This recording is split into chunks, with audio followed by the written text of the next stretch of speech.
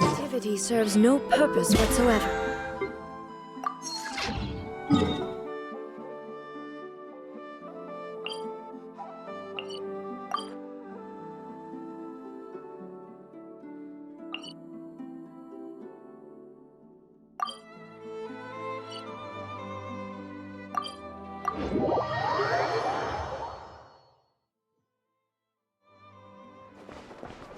Ad Astra.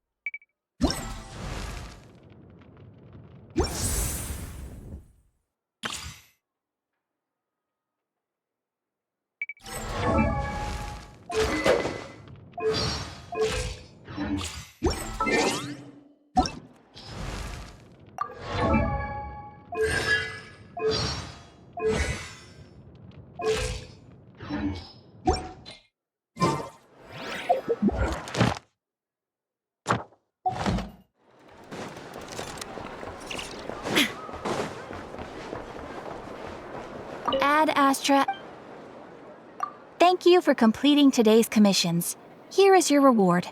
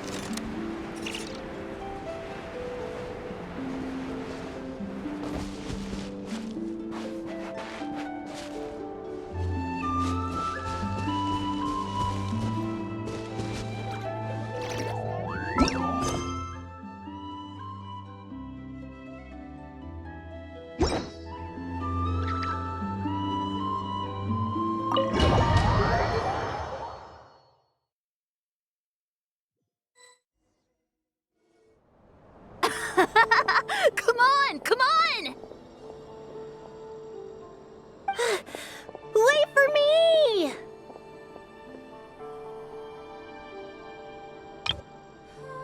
The Frost Moon Enclave. How much it has changed since I was born.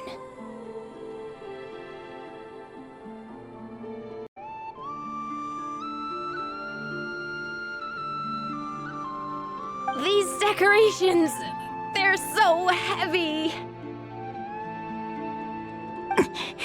It's times like this when you kind of wish men could be priestesses and acolytes. How fascinating. I've never had the chance to be privy to people's private lives in this way. In the past, people would get so solemn and serious the moment I showed my face, like they were frozen stiff. Karina, Lametti, it's time to eat. Coming. I want to watch them a little longer.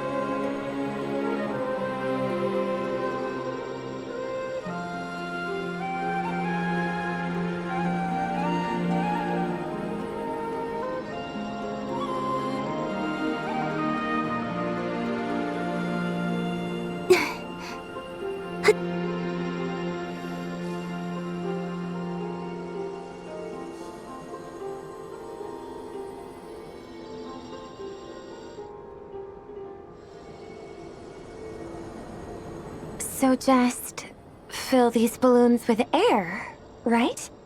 Yep. Try a couple now to test things out. The rest can wait till Moon Prayer Night.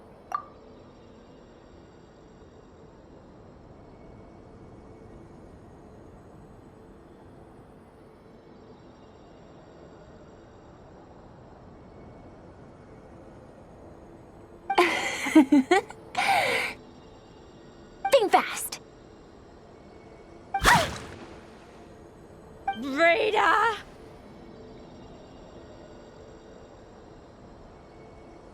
Teasing an acolyte of the Frost Moon Scions? Surely that's a punishable offense. Take this!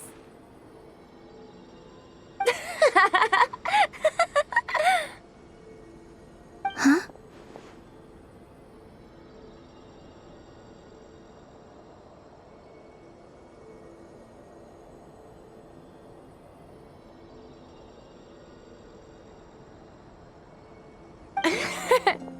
All right, enough horsing around. Lady Lauma gave us a task. We should get back to it.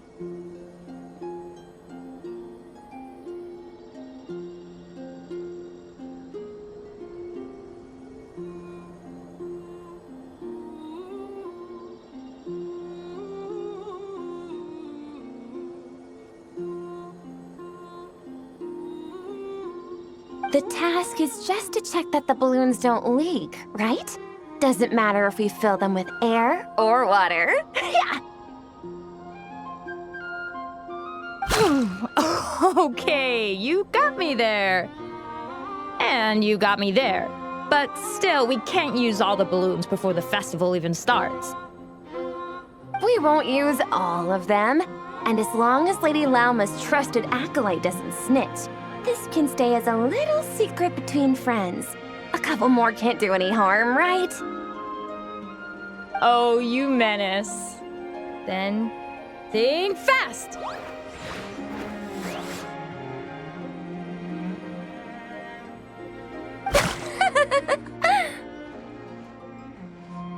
Is pumping a balloon full of water really so much fun?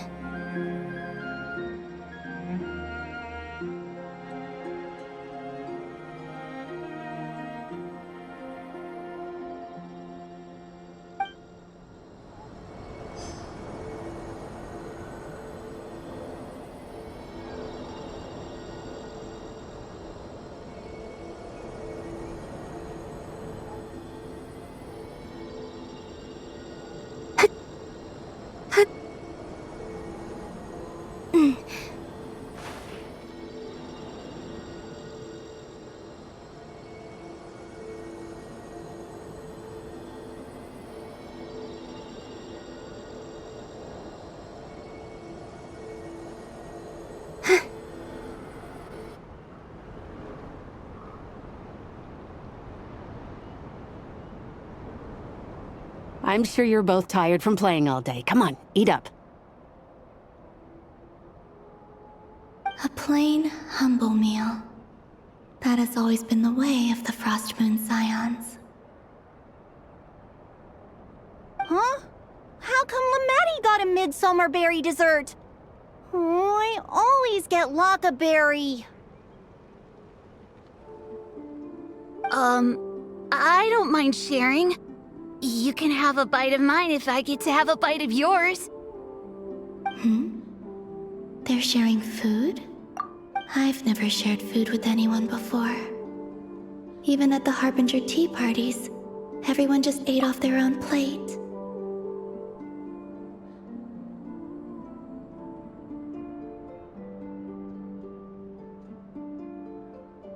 And when I couldn't finish my food offerings from the Frost Moon Scions, they'd leave the leftovers out under the moonlight for the animals to claim.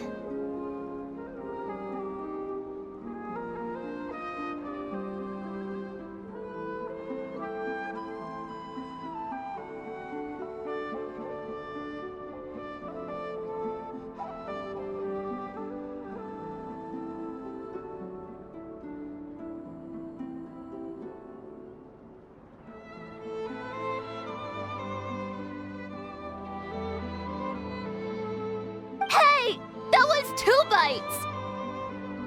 Oh, then you can have another bite of mine. Oh, you too. Oh, don't fret now. Here, have some of Granny's too.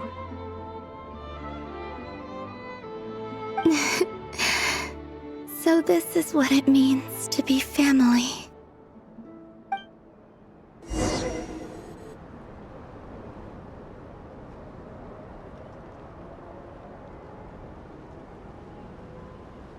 I'm seeing so much that I'd never usually get to see. They'd never act like this when I was around.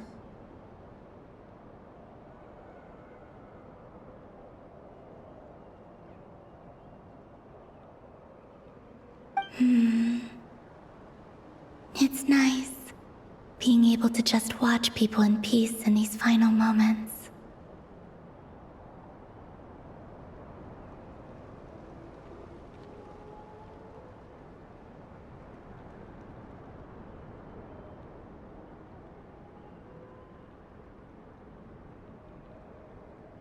What a rare opportunity. I think I'll go take a look around Nasha Town, too. Maybe the Traveler will be there.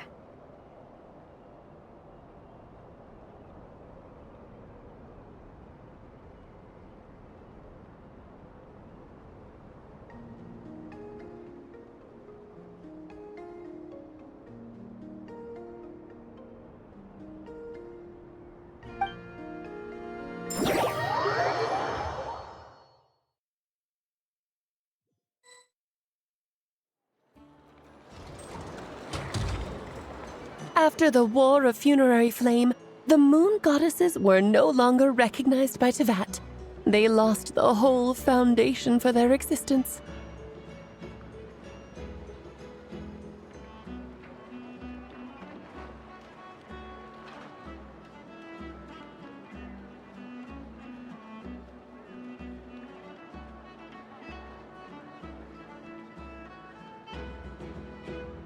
That's why the Moon Goddess's strength is fading. She cannot withstand the world's rejection of her.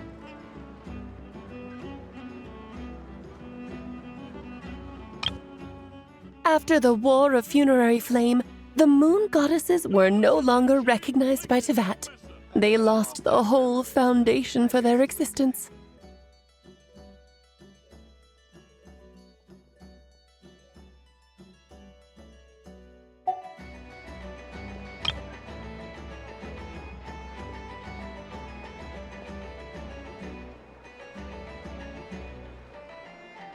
To be more pedantic about it, the Moon Goddesses did something to offend the heavenly principles, and that's why they were ousted.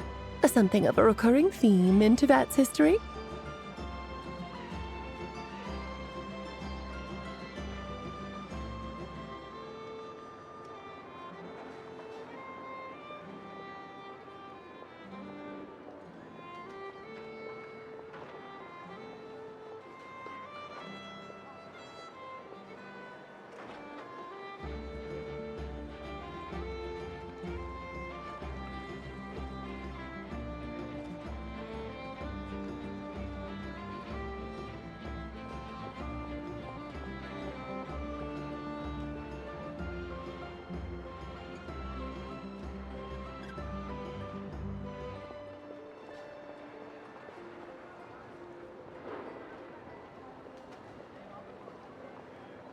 Theoretically, speaking so candidly should put me in their crosshairs too, but they can't tell me what to do. I'll say whatever I want.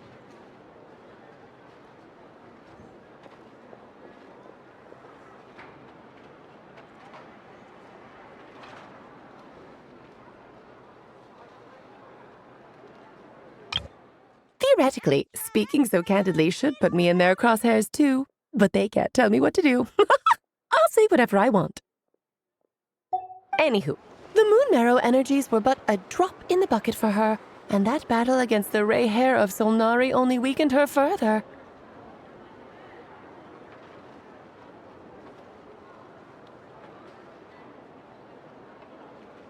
Fortunately, it happened close enough to Moon Prayer Night when the Kuvaki concentration here is high.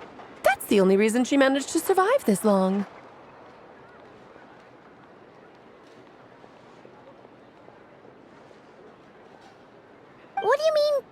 Unfortunately. You said she disappeared. We're too late.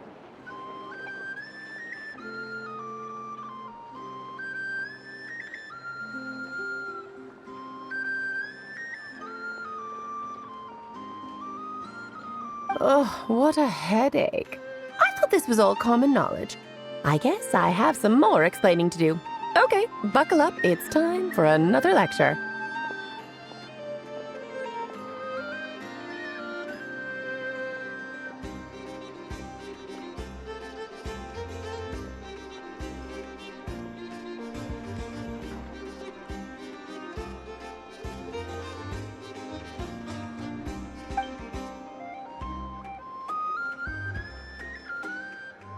Now, I said earlier that the moon goddesses lost the foundation for their existence.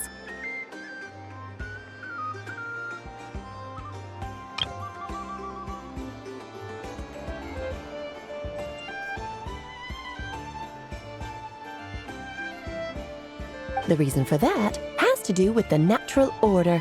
Basically, the rationale for their existence in Tevat was lost.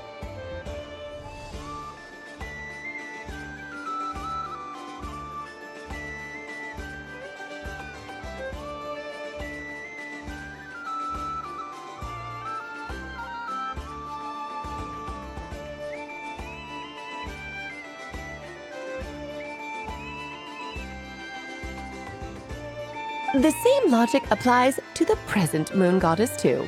Consider her existence so far. Her comrades in the Fatui called her Damselette.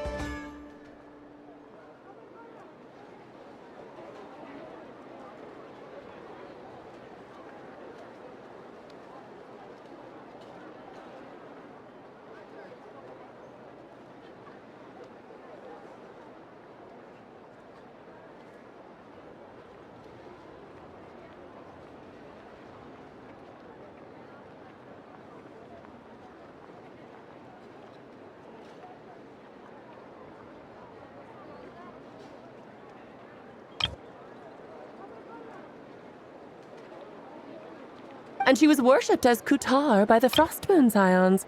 But these connections have now been severed, whether by her hand or yours.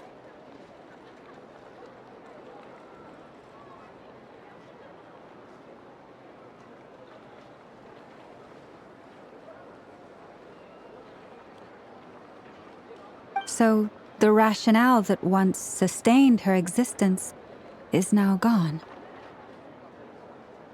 Wait, we did that to her? Oh, well, strictly speaking, yes. But let's not start pointing fingers, shall we? I'll only end up as the big bad villain, and that's not the kind of final boss I want to be.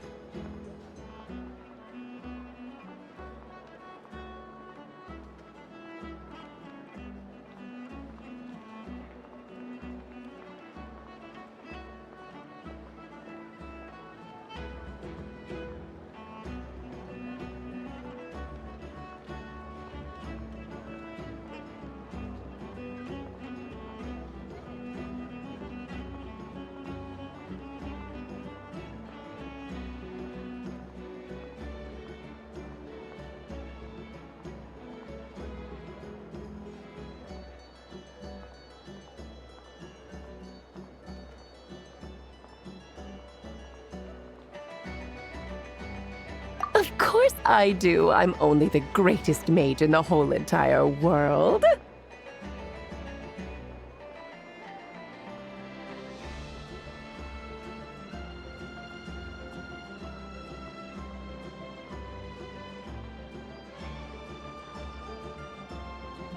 Now, if you wish to find your moon goddess, there are two problems we need to solve.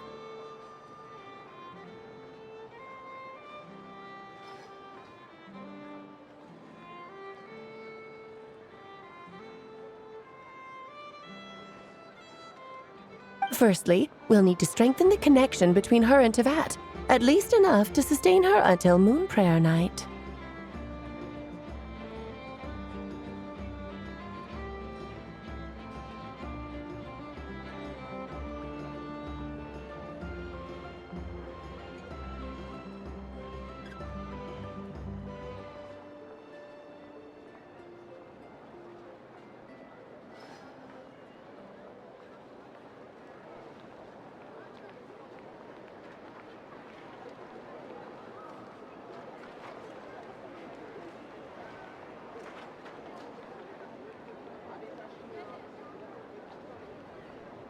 Strengthen her connection.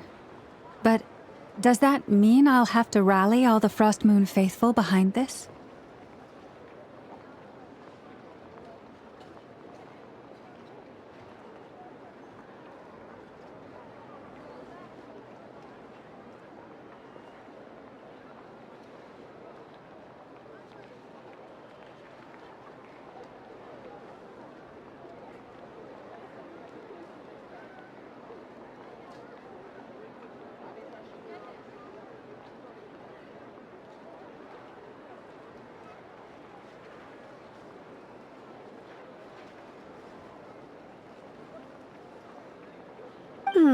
I'm afraid a bygone faith and a former home won't be of any help to her now.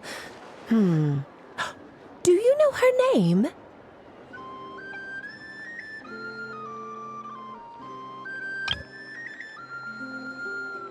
Her name?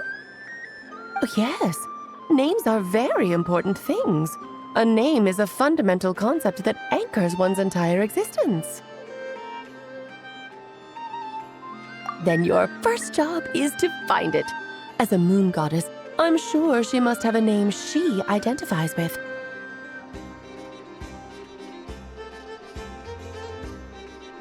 Neither Columbina nor Kutar is her true name, and she's never really accepted either of them.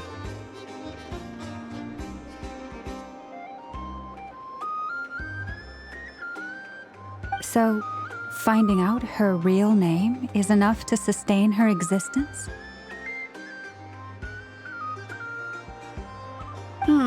Yes, I know it sounds like a small step, but every journey begins that way.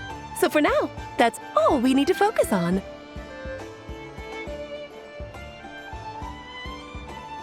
The second problem is with her plan to use the moon marrows to return to the moon. Unfortunately, piercing through the false sky will take an enormous amount of power.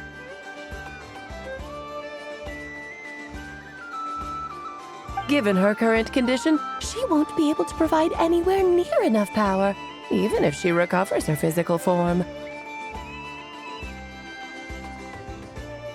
But no need to fret. Nicole's the expert in this field, and I'm sure she'll figure something out.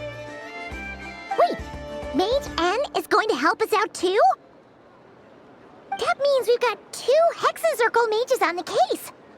This is turning into a pretty big deal. Actually, this is more of a side quest for me. Like you said, I'm a busy lady, so I can't stay for too long. I'll have to return to Tibet's border soon.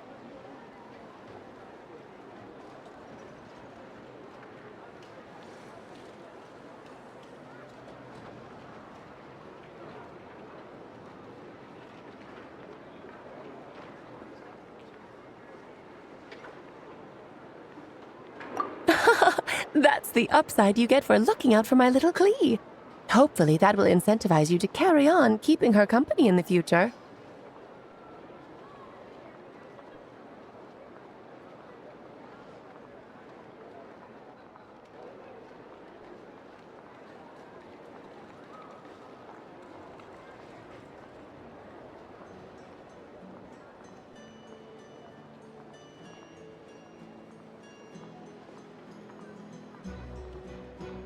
Anyway, jokes aside, you'd better get moving. It will take quite a miracle for the moon goddess's consciousness to hold out till moon prayer night.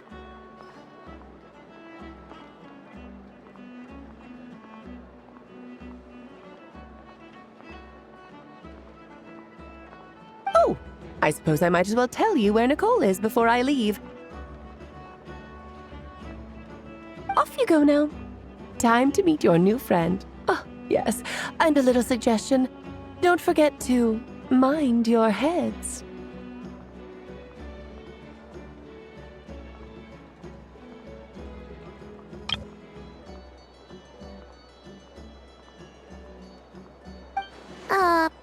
What? I wonder how Duran's doing. I should really go see him before I head back. You really are super busy. I most certainly am. There's so many children I have to keep tabs on just in Mondstadt. Durin, Albedo, Venti, Varga.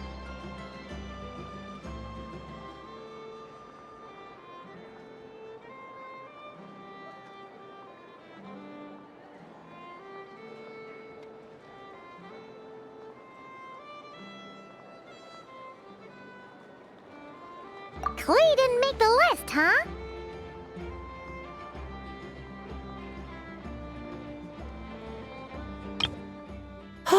I most certainly am. There's so many children I have to keep tabs on just in Mondstadt. Durin, Albedo, Venti, Varga. Of course not. Klee is my pride and joy. I have no qualms about her, because she's the best child in the whole wide world.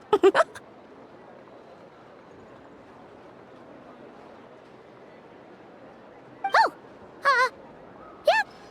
Clee's a little angel. I'm glad you agree. Well, all the best. See you when I see you.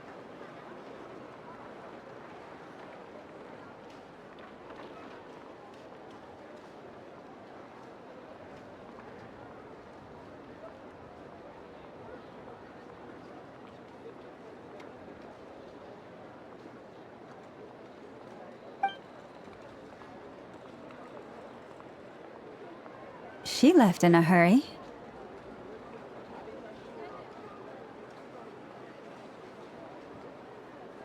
Yeah, she didn't pack up her stall.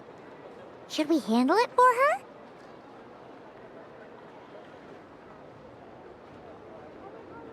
I must say, I'm now very curious about her daughter. Klee, wasn't it? What's she like? That's a long story. Come on, we'll fill you in as we go.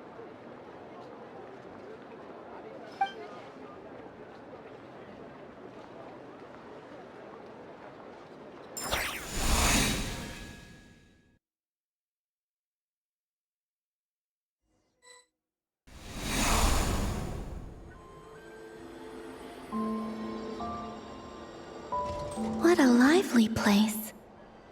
I've never experienced Nasha Town like this before. Hey, you old geezer! Your hammer's rusted through!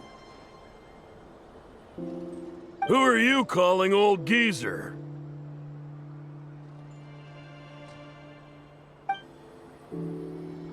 Are they quarreling?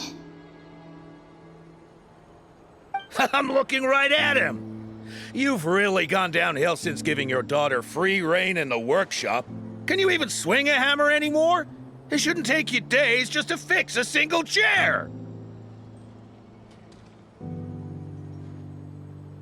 You might as well use that hammer to massage my back for all the good it's doing. Don't run your mouth, or you'll get a back massage that'll put you in bed for the rest of your life.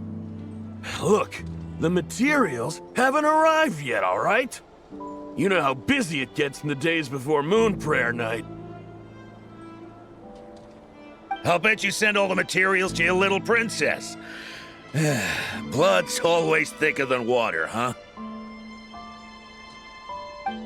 All right, you've made your point, Uncle Koski. As soon as the materials arrive, fixing your chair will be the #1 priority. And Dad, if you've got time to chat, why don't you lend me a hand,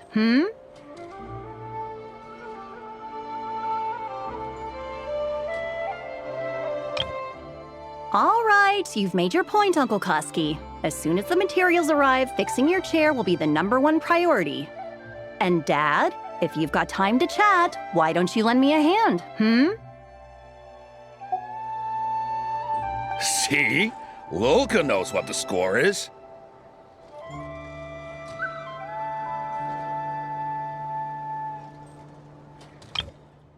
See?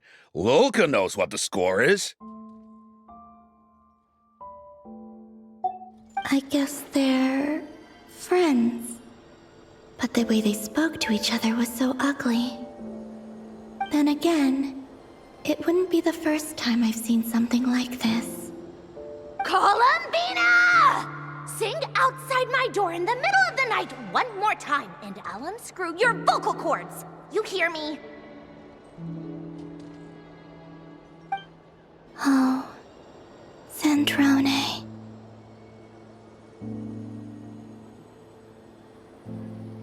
So that was her way of trying to be friends with me. What a pity. I won't get the chance to say any ugly things in reply.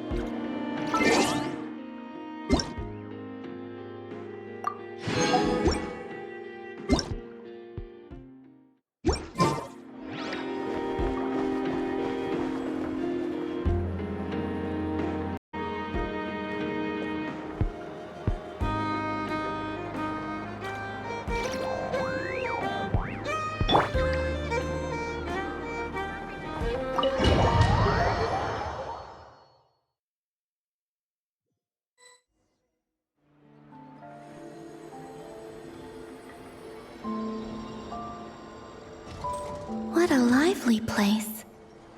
I've never experienced Nasha Town like this before.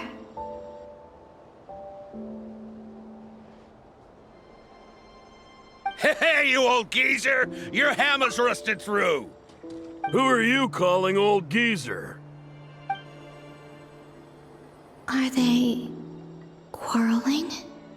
I'm looking right at him!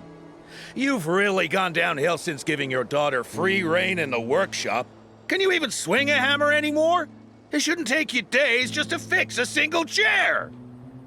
You might as well use that hammer to massage my back for all the good it's doing. Don't run your mouth, or you'll get a back massage that'll put you in bed for the rest of your life. Look, the materials haven't arrived yet, all right? You know how busy it gets in the days before Moon Prayer Night. I'll bet you send all the materials to your little princess. Blood's always thicker than water, huh? All right, you've made your point, Uncle Koski. As soon as the materials arrive, fixing your chair will be the #1 priority. And Dad, if you've got time to chat, why don't you lend me a hand, See? Lolka knows what the score is.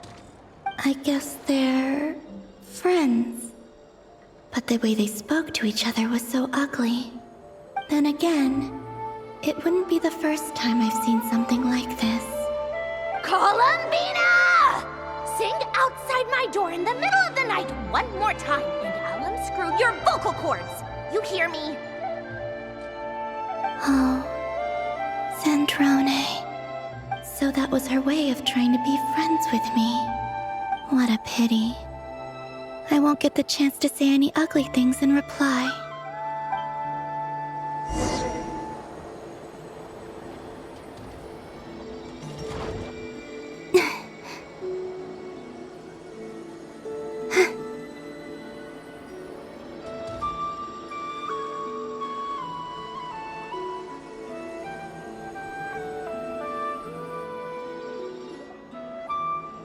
Hey, have you decided what to give her for Moon Prayer Night?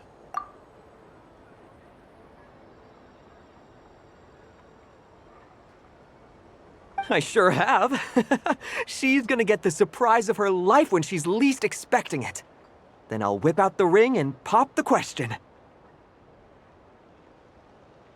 The surprise of her life. What a fun turn of phrase. Cool, I get the picture. You can spare me the gushy details. Ooh, looks like we have a customer. Hello there, ma'am. Would you like some Moon Prayer Night candy? Huh? Is he talking to me? Can he see me?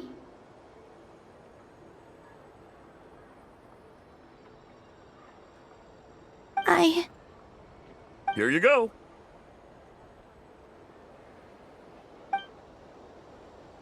Oh.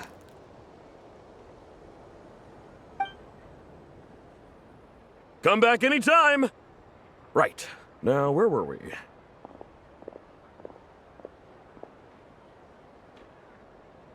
I don't know why, but I still held out hope.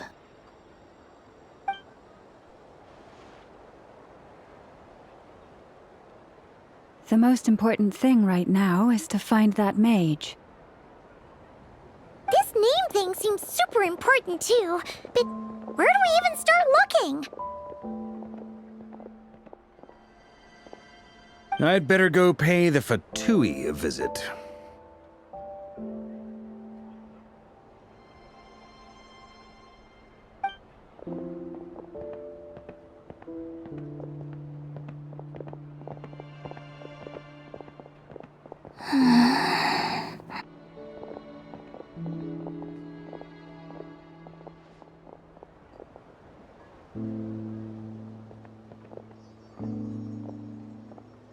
Columbina?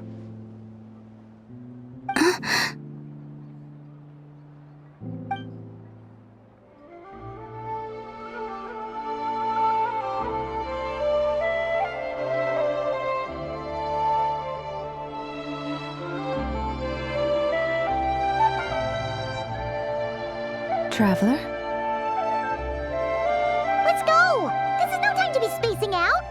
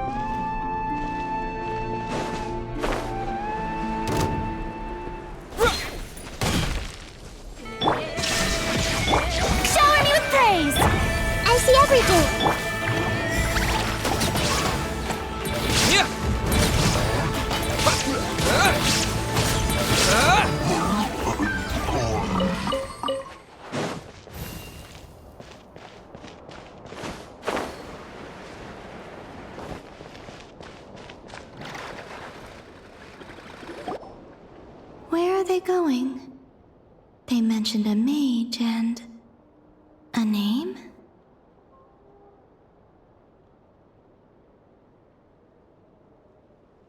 So, Mr. Varka, are you acquainted with this Nicole? Or should I call her Mage N? Not really. We've never met, though she has come up in conversation. From what I've gathered, Alice kinda took Nicole under her wing. Taught her how to speak in a more ladylike fashion, that kind of thing. Huh. Hard to imagine Alice as an etiquette coach. Yeah, Alice is a larger-than-life personality, I'll give you that. But then again, that's why she's able to draw such an eclectic mix of people into her inner circle. If I remember correctly, being an interesting person is actually one of her main entry requirements. So, if you ever wanted to join the Hexenzirkel, I'm sure you'd both be eligible to apply.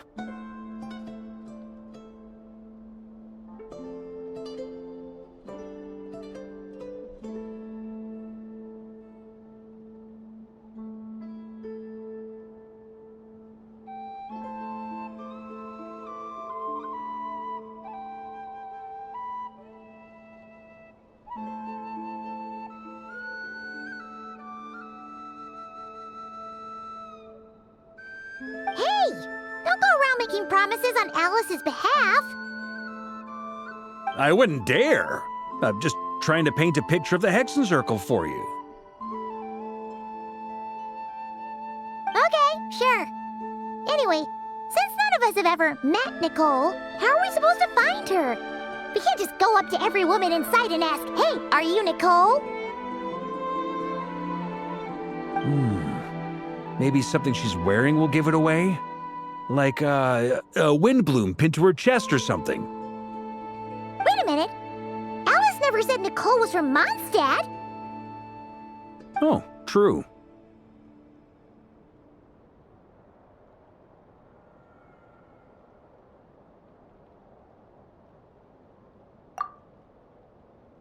That would be... this young lady, then?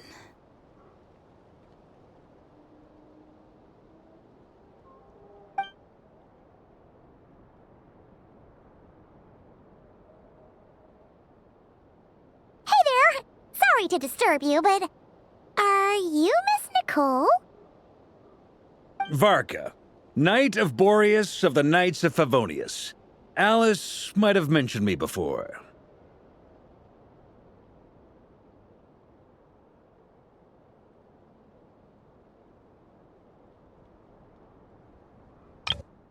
Varka, Knight of Boreas of the Knights of Favonius. Alice might have mentioned me before.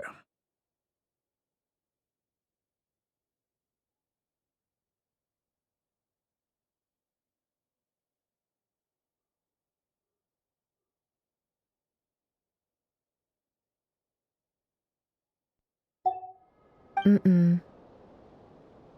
Ah! Have we got the wrong person? Sorry. Well, this is awkward. When I shook my head, I meant, no, Alice hasn't mentioned you before.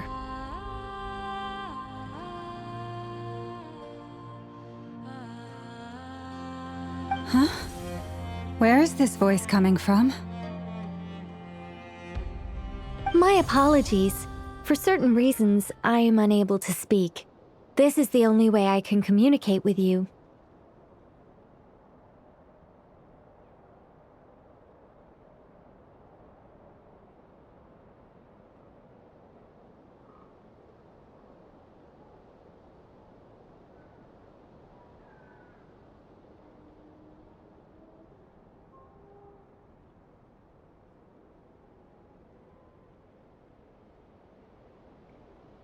It might take some getting used to, but I hope you can understand.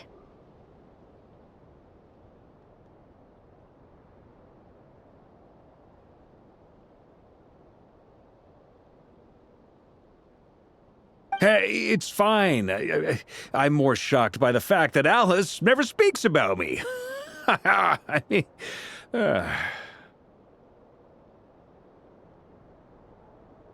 As for you two, we have crossed paths twice before, but it is nonetheless a pleasure to finally meet you. Oh, it's really you! Thanks for all your guidance in the past! You're quite welcome. This time, things are different. We have reached the unwritten pages of the story. You might say that we stand at the crossroads of fate.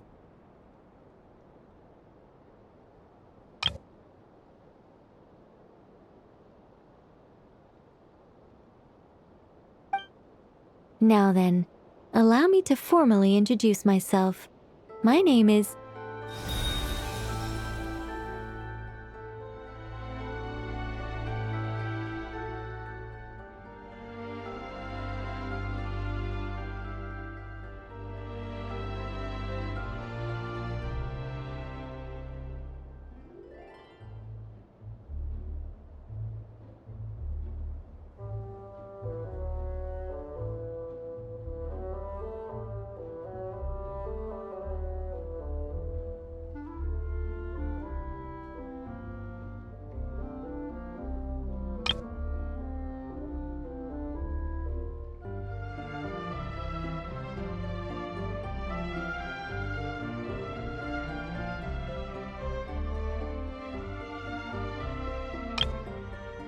Now then, allow me to formally introduce myself.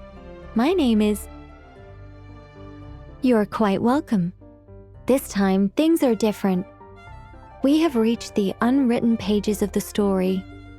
You might say that we stand at the crossroads of fate. No, stop! Alice! I can't believe it!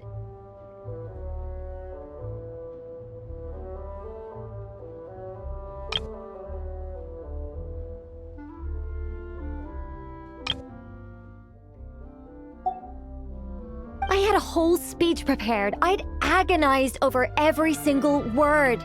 She always picks the worst moments to ruin other people's plans.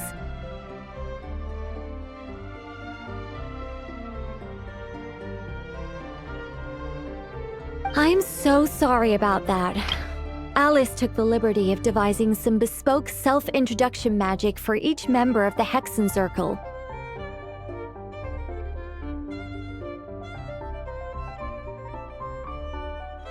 But I could have sworn I deleted all of the triggering conditions for it.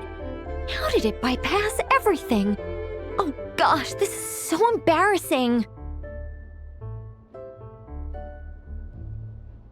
This is a very different side of Nicole than what we're used to. Is she not used to face-to-face interactions? Don't worry about it. We've seen that introduction magic once already, so it wasn't too much of a shock. Please go on, Miss Nicole.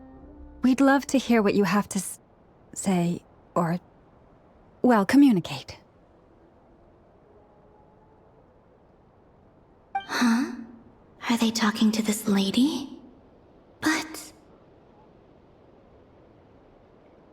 Will you all promise to forget that horrendously embarrassing introduction? Sorry? Embarrassing? When?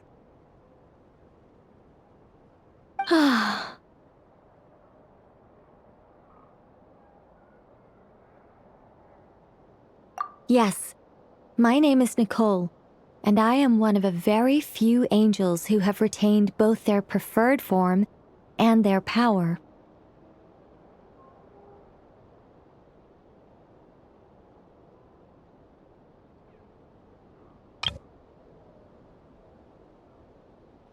The Traveler and Paimon should be no strangers to this concept. There is another of our kind in Natlan. They call her the Lord of the Night.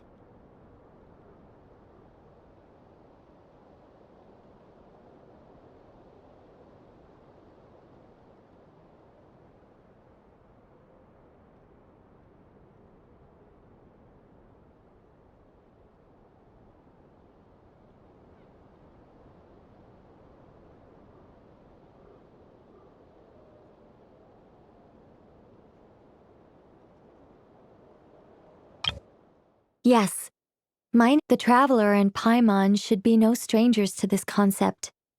There is another of our kind in Natlan. They call her the Lord of the Night.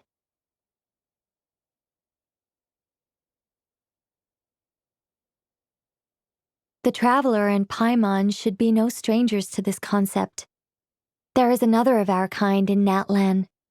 They call her the Lord of the Night. Alright! Paimon remembers her!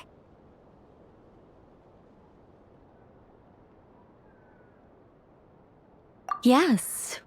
Well, I have retained more of my power than she. It's because I don't have a long-term duty to fulfill. To be more specific,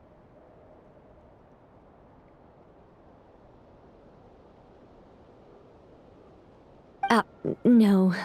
We'll be here all day if I get into the specifics. Moving on. If I'm not mistaken, you are here because you wish to learn how one might reach the moon beyond the sky. That's right. Is that something you can give us any guidance on? Yes, I do know a way. It began with the Hyperboreans, who lived after the War of Funerary Flame. Blank looks. Maybe I should start with the background of the war.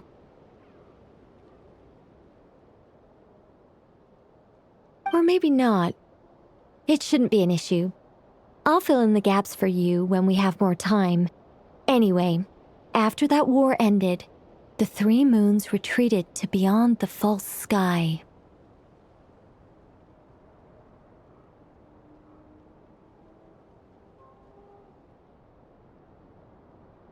The Hyperboreans were humans I once aided. They accepted the civilization and creations bestowed upon them by the angels.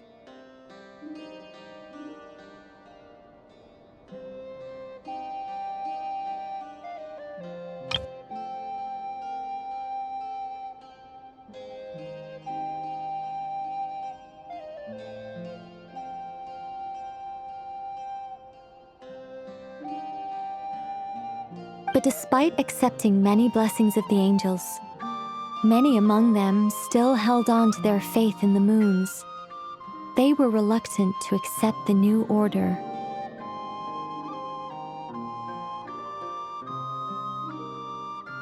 even after the War of Funerary Flame, they sought to contact the moon goddesses beyond the sky and receive their guidance.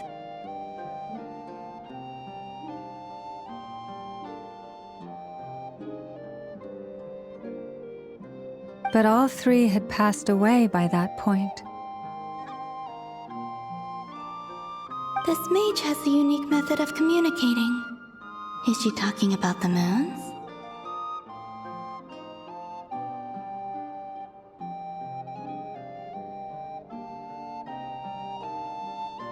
Yes, but they did not know. And so, still they prayed for the moon goddess's mercy.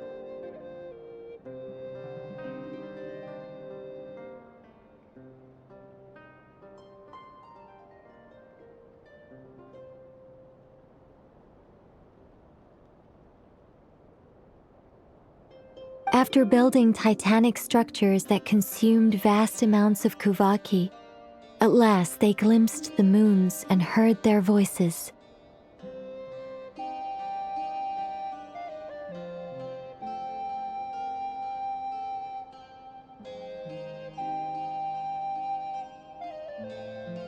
But of course, they were gravely disappointed, for it was then that they realized the three moon goddesses were dead.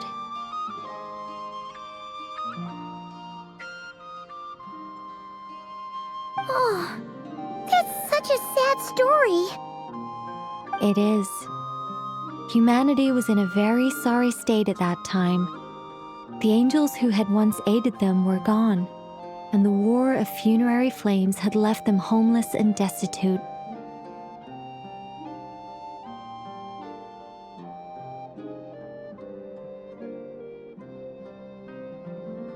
Just a second, I gotta ask. How relevant is all this history to the task at hand?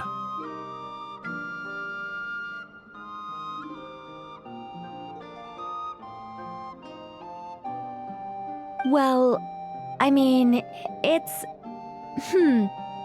Okay, it seems we've drifted into irrelevant narrative waters. It's been a while since I've had the chance to speak inside someone's head. As soon as I got started, I lost control, and the words just flowed out like a waterfall.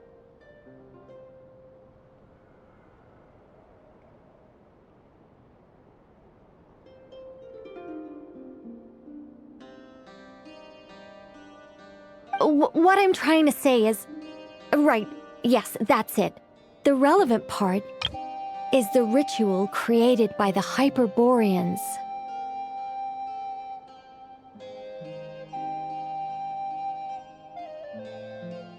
The fact that they bypassed the false sky and saw the true moons implies that they successfully built a connection between Tevat and the outside world.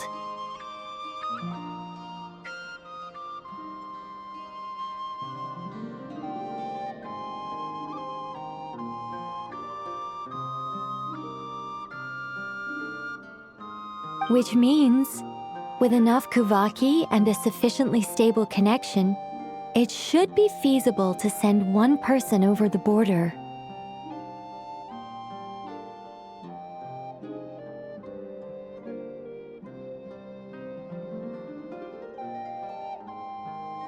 Okay, so they built some kind of portal? Oh, yes. A portal. Yes. Is something wrong? You sound disappointed. I just didn't expect you to summarize it so well. It turns out I could have said all that in one word, if only I'd managed to think of it.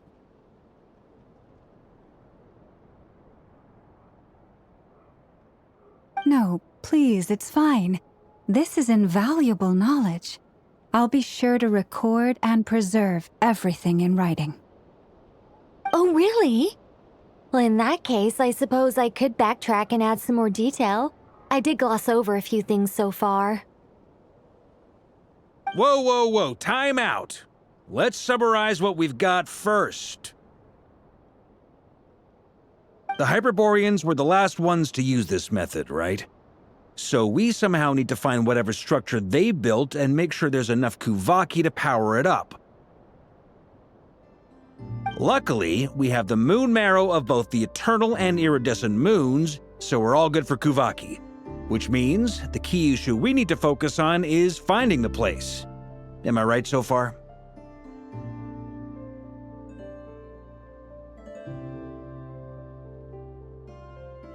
Yes. Although I expect the structure is long gone by now. That said, what if we could take advantage of the phantoms to travel back to a time when it still existed? Well, travel back isn't quite accurate. It's more like we'd be creating a handshake between 2 points in space-time. We wouldn't even have to pick a time when it still existed. It could just be a time when it still appeared in phantom form via projection, or we could project our own phantoms, fold them together at...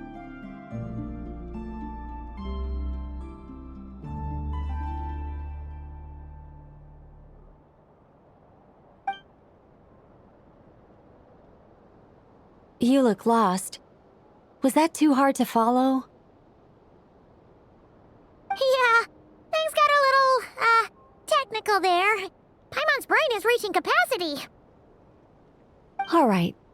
Let me think about how to put this more simply. Okay, got it. Over the next few days, I'll search for phantoms that we can use. Once I find one that meets the criteria, I'll let you know and we'll regroup. By completing certain rituals, specific individuals will be able to enter the phantom and make it to the Hyperborean structure.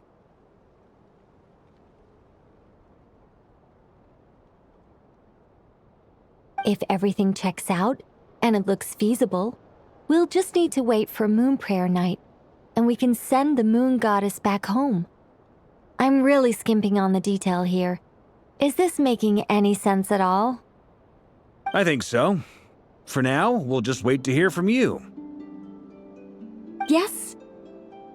Basically, yes. Great. Counting on you. In the meantime, we'll focus on finding the Moon Goddess's name. My name? Are they looking for a way to stop me from disappearing? Excuse me, Miss...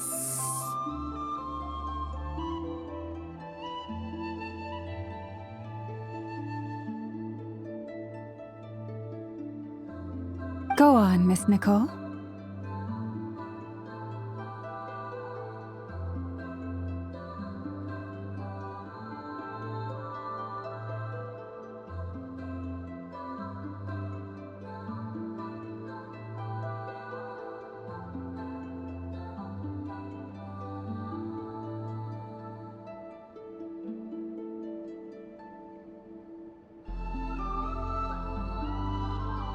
This conversation was a little all over the place.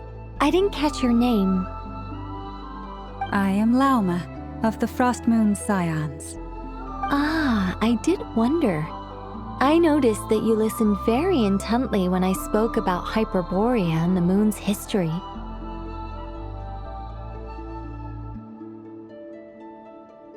If you'd be interested, I'd love to visit you this evening and go through it again in greater detail. Also, if you were serious about making a record, it would be too risky to simply write down the raw details as is. I would suggest some tweaks. Maybe rewrite the stories as fairy tales or fables, perhaps even prayers.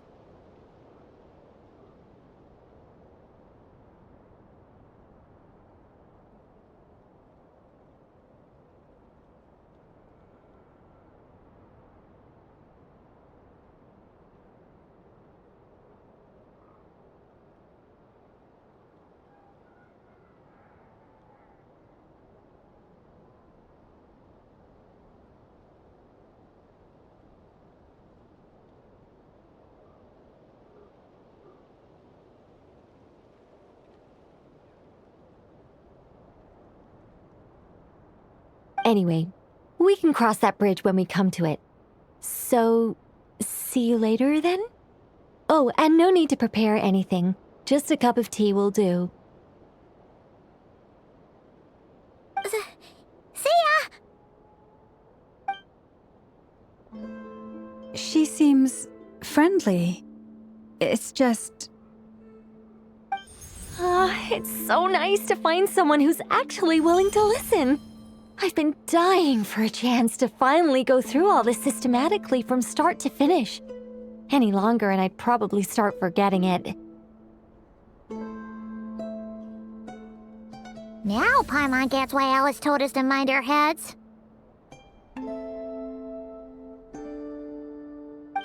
Ha ha ha ha! What did I tell you? A lot of quirky people in Alice's orbit.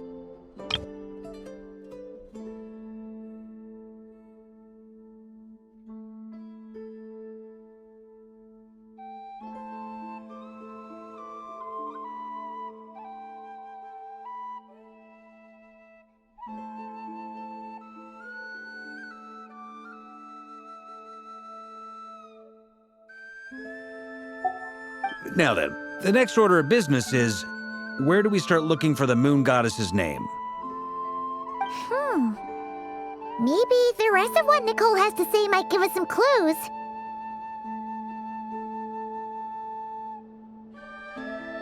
Once I've heard her out, I'll summarize the salient points and share them with you all.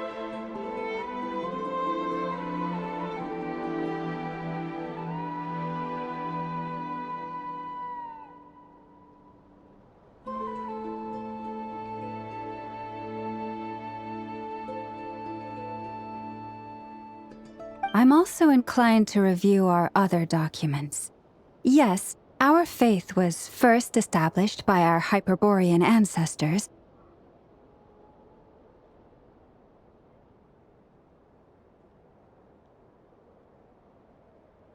but many of the more factually accurate records are from after Kutar's birth.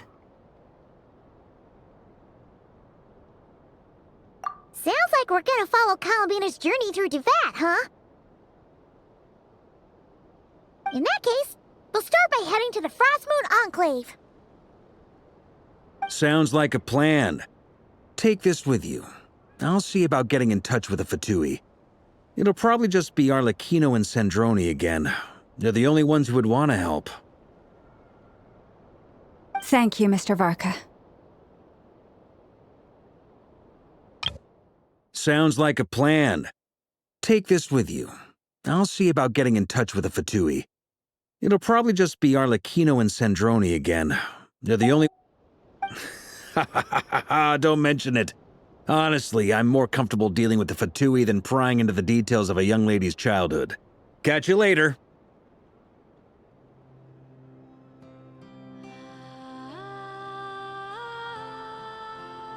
I should follow them, just in case there's some way that I can help.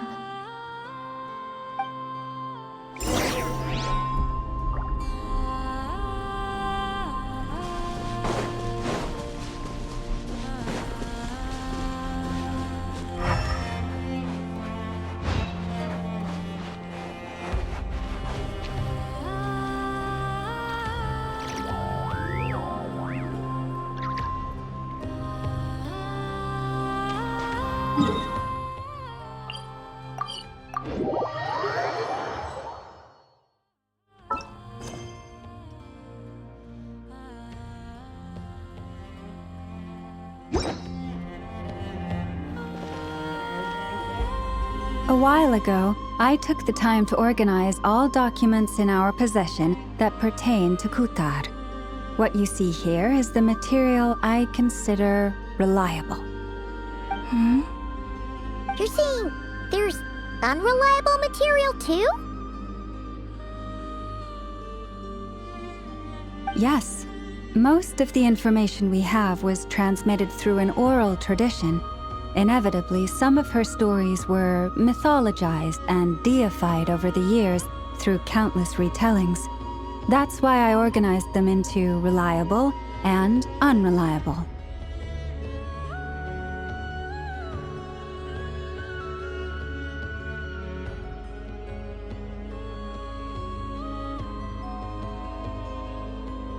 There's no sense seeking answers in history unless we can ensure the veracity of the historical record. Makes sense. All right, let's take a look through.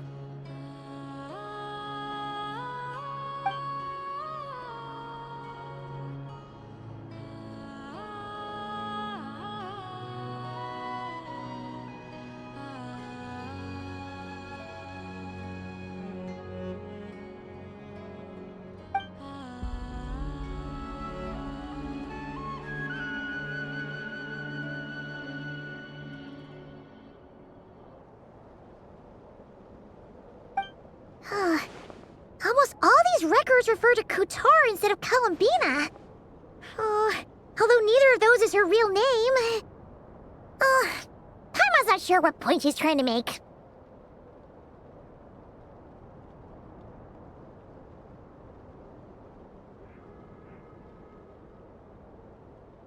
What we can gather from these records is that the Frost Moon Scions worshipped her as a god, placing impossible expectations upon her.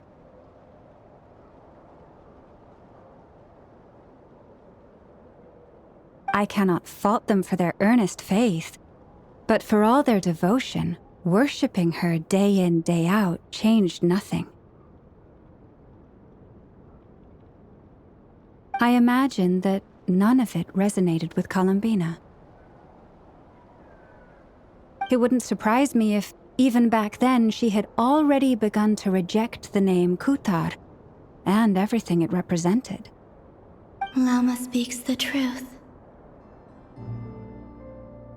When I heard them call upon Kutar with hope and expectation in their voices, they may as well have been calling upon somebody else.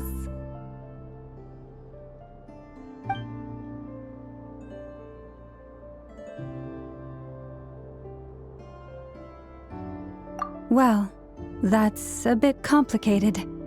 I looked at the level of detail, perceived authenticity, prose style, and how realistic their portrayal of Kutar seemed to be. Amongst the Frost Moon Scions of today, only I know of her existence, and I alone have spoken to her face to face. As such, I know that there are certain things she simply would never do. That being said, I have sensed some changes in her lately.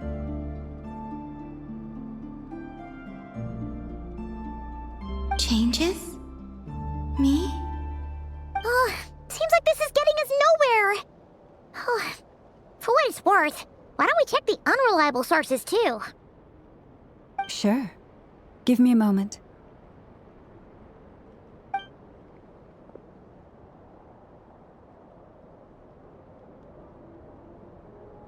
Exerting but a fraction of her divine might, Kutar sheared a great mass from the snow-capped mountain and cast it into the sea, upon whose surface shone the mirror image of the moon.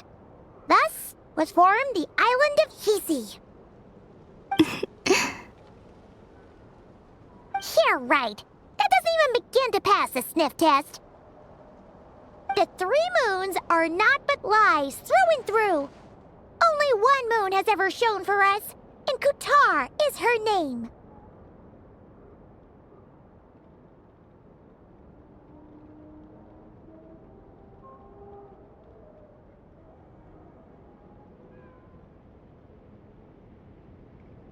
The vast majority of ancient texts are filled with fanciful tales like these.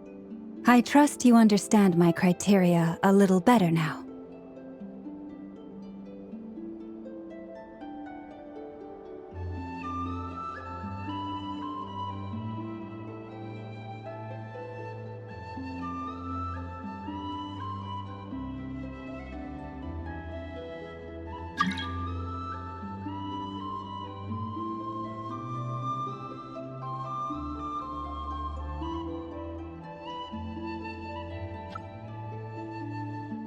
Kutar did not speak, merely gazing into the distance in silence.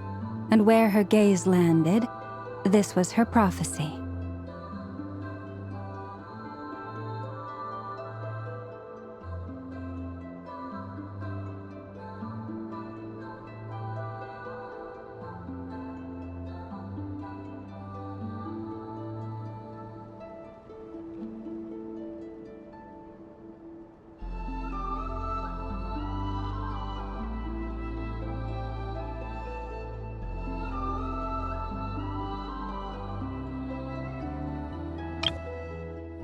Kuthar did not speak, merely gazing into the distance in silence. And where her gaze landed, this was her prophecy. Clearly, whoever wrote this text never even met Kuthar. Otherwise, they'd know that her eyes are always closed. What about you, Traveler? What are you reading? Come on, let Paimon see. The child wished to build a wooden nest with which to shield a fledgling bird from the cold. But being so young and lacking in strength, the child could not snap the branches from the trees.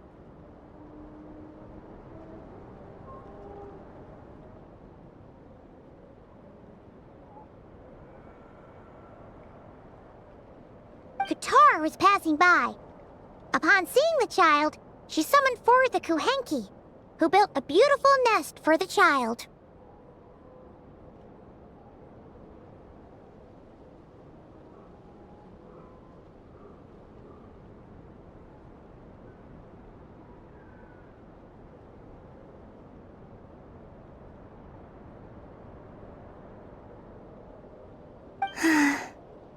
I remember that. Not knowing the meaning of Kuthar's divine intervention, the child dared not to respond, and thus ran home to call their parents. But Kuthar was gone.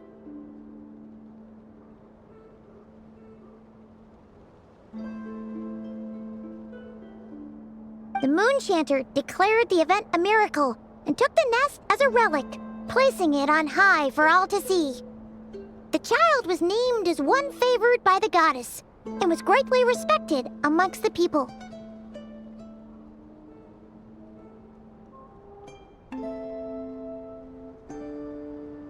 Yet, no further miracles were bestowed, and this matter was forgotten in but a few years. Huh. Any thoughts after reading that?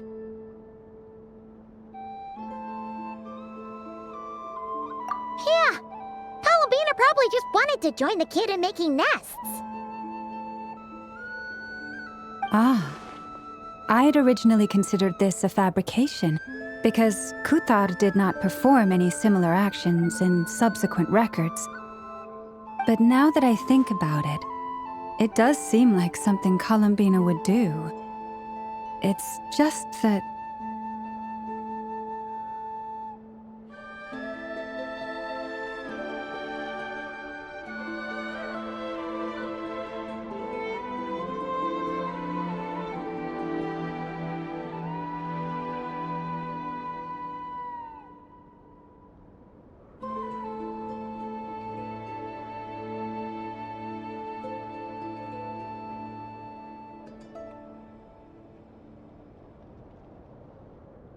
She didn't know how other people would interpret her actions.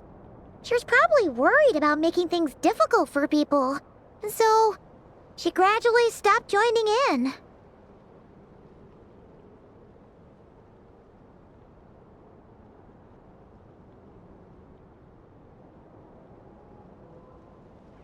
Yes. Oh, that's so sad.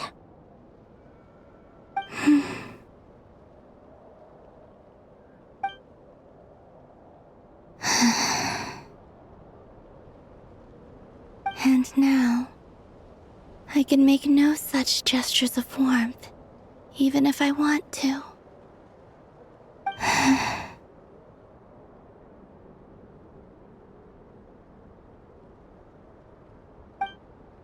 Still no name.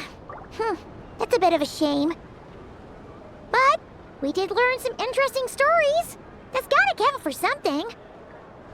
Barca said he was gonna set up a meeting with Arlecchino and Sandrone, right? Let's go back to Nasha Town and see how he's doing.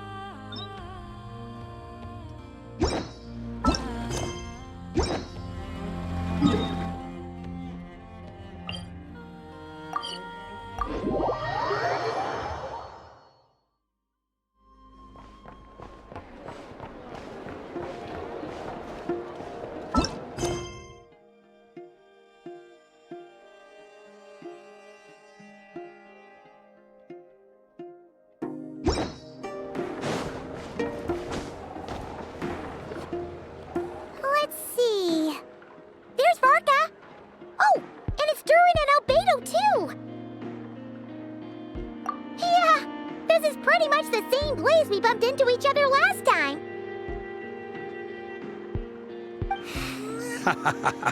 I convinced them to stick around a little longer. We were all waiting on people, so I figured having a little company would help pass the time. Ah, so you've been waiting for us?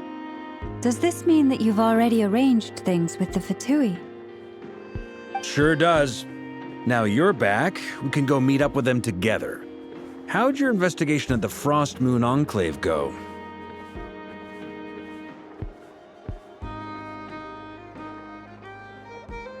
Well, we didn't find out Columbina's true name. But apart from that, it went pretty well.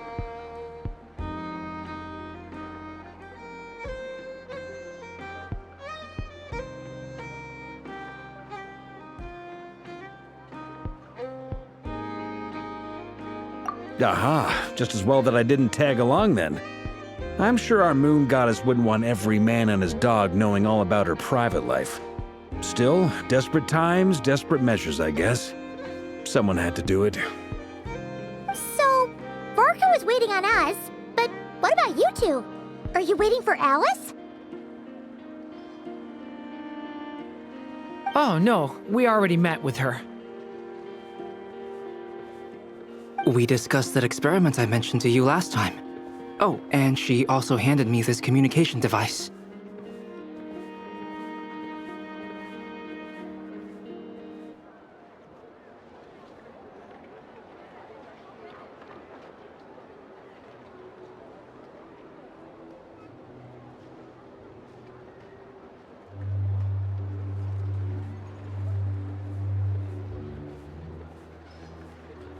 That's right. I understand she informed you about the relationship between the phantom phenomena and Tevat's borders, yes? She wants me to help her with some more experiments on that front.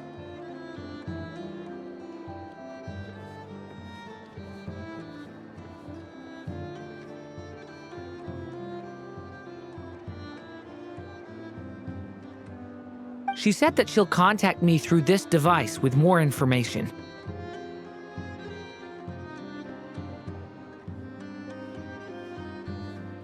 Ah, I see. Following instructions and making observations. Pretty common research method. Takes me right back to Albedo's lab.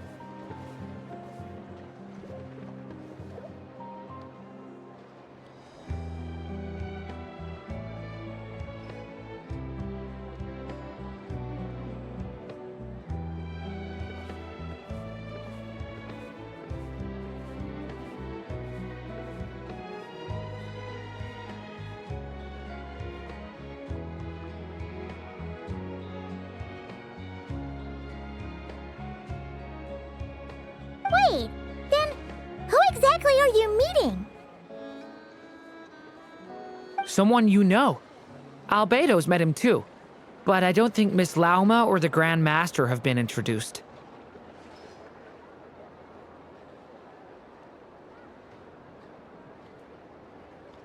Introductions are overrated, especially in cases like this.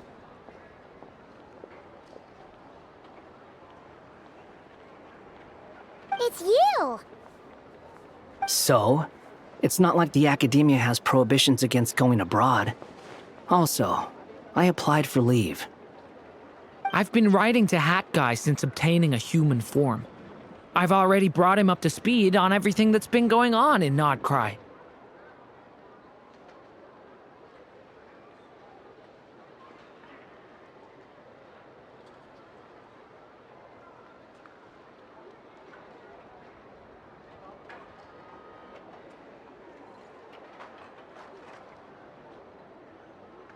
Hat guy?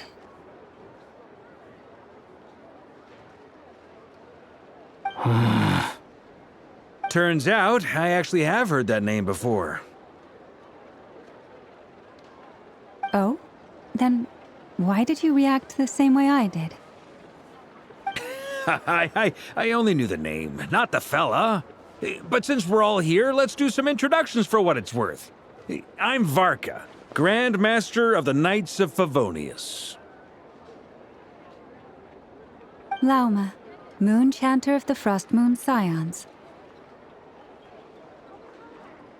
And I'm a Driosh from the Vahumana Darshan of the Sumero Academia. Hakai. And I'm a Driosh from the Vahumana Darshan of the Sumero Academia. Hakai. And I'm a Driosh from the Vahumana Darshan of the Sumero Academia. Hakai. Good to see you again, Mr. Guy. I believe we last saw each other on the boat ride here.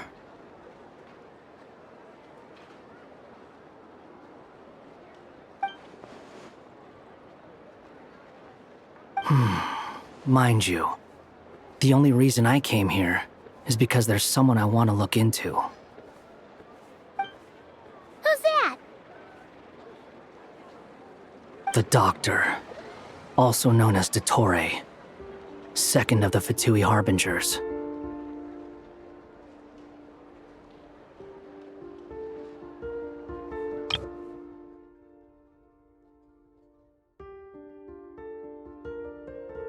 The Doctor, also known as Dottore, second of the Fatui Harbingers.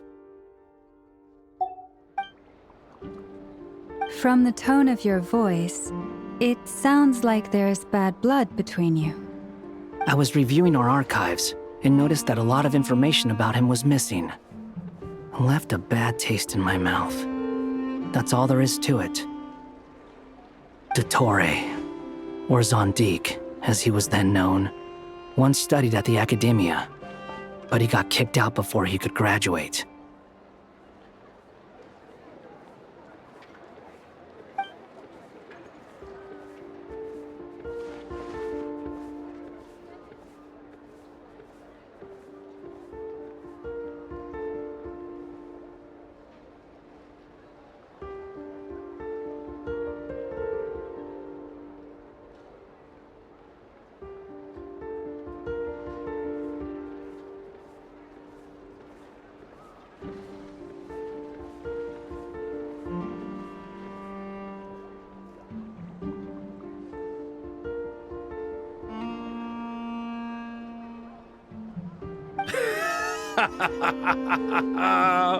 So the Harbinger's #2 man is a college dropout?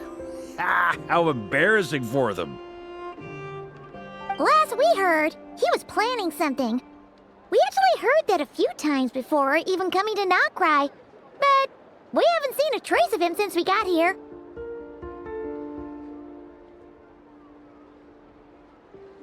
He only appears when something interests him. For all we know, he might have left already.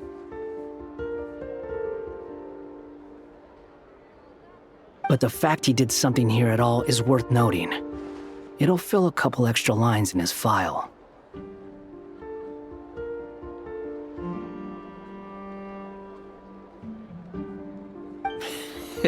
Why does it sound less like a file you're writing and more like a criminal record?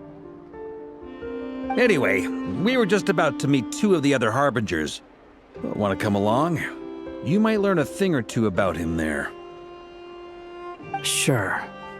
Even though they're Harbingers, well, they're old acquaintances of ours, so, you know, when you talk to them, try to be...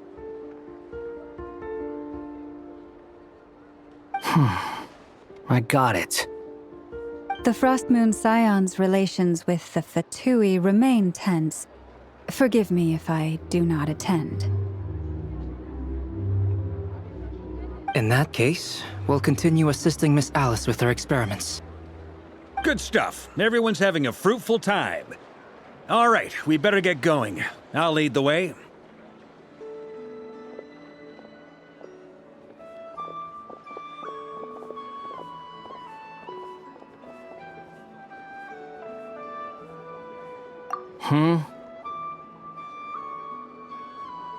Well, yeah, that's obviously part of it. But I'm not the only one who has a score to settle with him. Neither you, nor Lesser Lord Kusanali, nor I want to see him meddling with things again.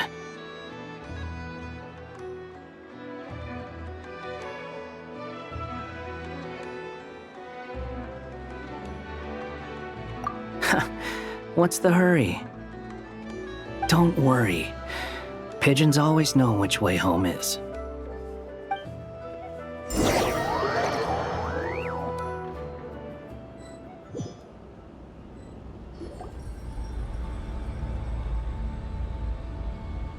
You made it. Who is this?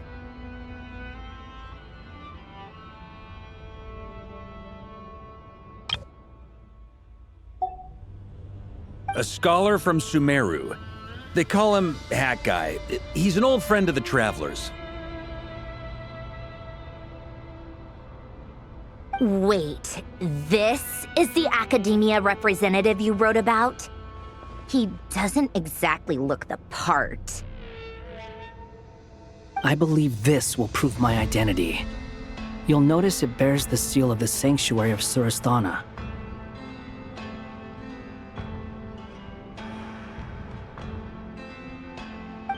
Well, what do you know? So it does. All right then. My mistake. It's fine. I expected as much. What? So as I mentioned in my letter, the Academia's got its eyes on Dottore.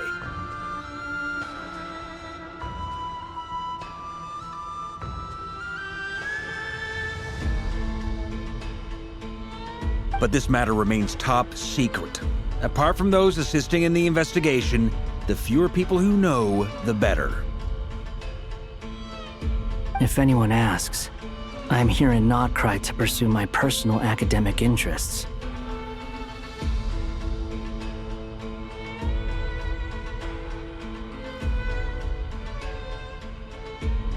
Gotta say, Varka, you did pretty well to keep all this under wraps for so long. Sounds like you got in touch with the Academia about this way back.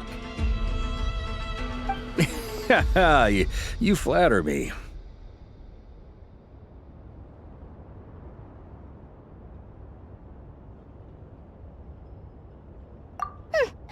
Where do I even start?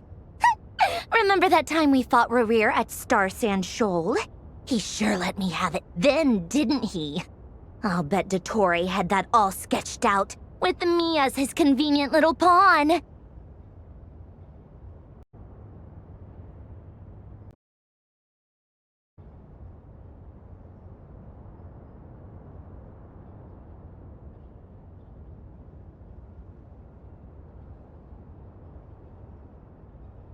He could not care less about us if he tried, but hey!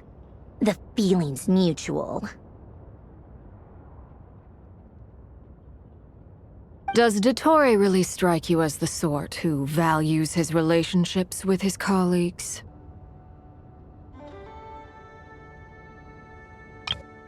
Does Dottore really strike you as the sort who values his relationships? Fair point. Definitely not. Which is why I always keep my guard up whenever he starts making suspicious moves. To that extent, our motivations align. On top of which, I consider you trustworthy people. Now, back on topic. In the wake of the Reikir of Solnari episode, Sandrone and I grew suspicious about Dottore's complete inaction during the entire affair.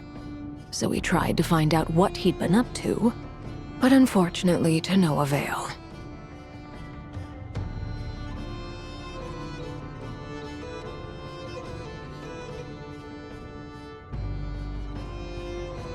He never lets anyone in on his plans. The more he cares about something, the more secretive he gets. Indeed. Perhaps he believes that by keeping a low profile, he can avoid trouble. But that trick isn't going to work on his colleagues. Yeah, I mean, He's been researching the ancient moon's remnants, and he's been trying to get his paws on the moon marrows. Only an idiot would believe he doesn't have something more planned. With this in mind, I returned to Snezhnaya and relayed my thoughts to Her Majesty the Tsaritsa, entreating her to have him recalled.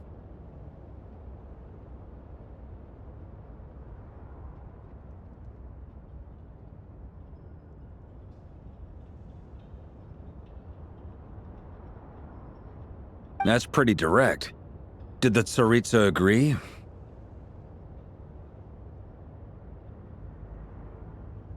Yes.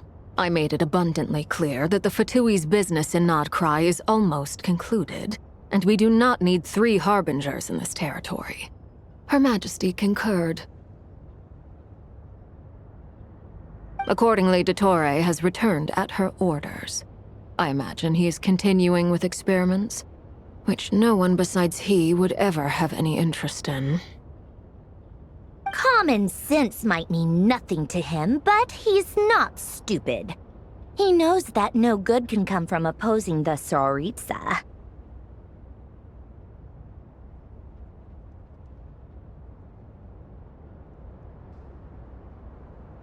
Smarts alone won't get him all the way. He needs the Rooster's resources and Regrator's Mora, both of which the Tsaritsa can strip from him by waggling a finger.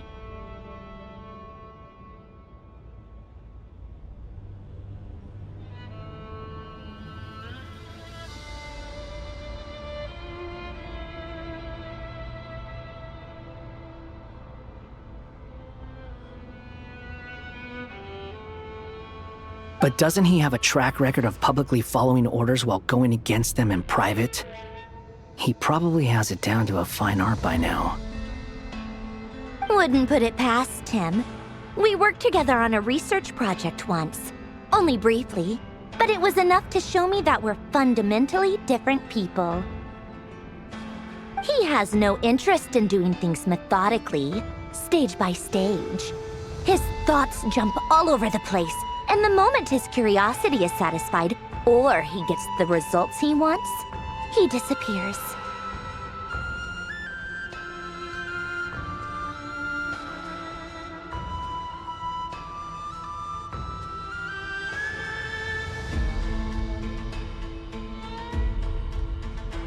The only similarity we share is that, once we set our minds on doing something, we will see it done, whatever it takes.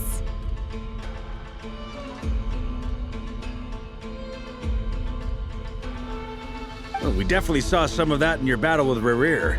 You got so competitive. Ugh, do not remind me. Then I believe we all concur. Dottore will not simply give up. Fantastic. Now this is turning into a whole day of unpleasant memories. Ugh. Are you talking about the moon marrow stuff? He also strikes me as the kind of person to disregard experimental regulations, ruin all the equipment, and go way over budget. Then leave the first person he can find to deal with the fallout. Exactly! This one time, he was running some high-temperature experiment and the substance exploded. But does he care? No!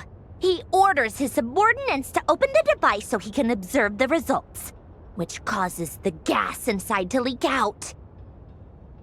That gas was poisonous! If I hadn't been there, who knows how many people might have died? And after all that, he left, while I was still cleaning up after his mess. What a waste of time, he said. Waste of time? The nerve! He wasted my time!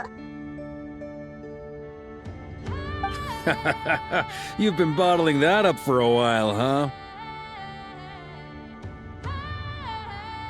Hat guy, I must say, you seem awfully familiar with internal Fatui affairs. especially when it comes to Dottore. Thank you, Lady Harbingers, for providing such valuable information. I have no other questions for now, so I'll be on my way. Wait, what? You're just gonna leave? You're welcome to join if you want.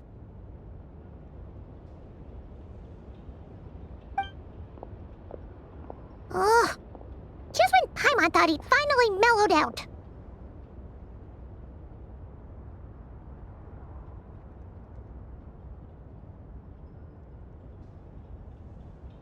He makes quite the impression.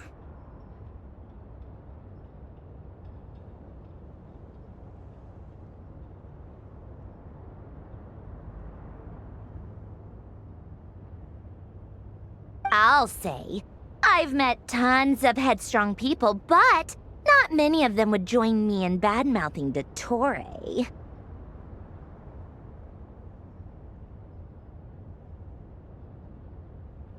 Anyway, back to the main agenda. Barca, you said that Columbina has gone missing? Or rather, disappeared.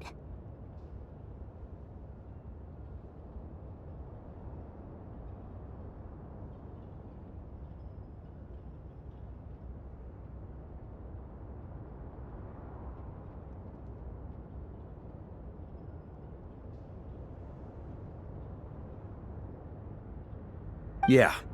We're working on building a connection between her and this world. The simplest method is to find out her real name.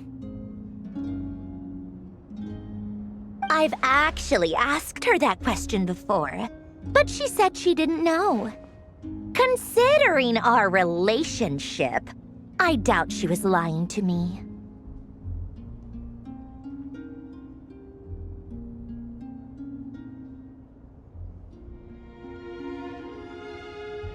As far as I recall, she was never dispatched by Her Majesty to claim a gnosis or anything like that.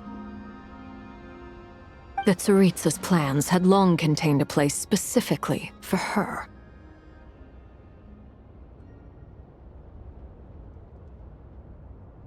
I always thought that was weird.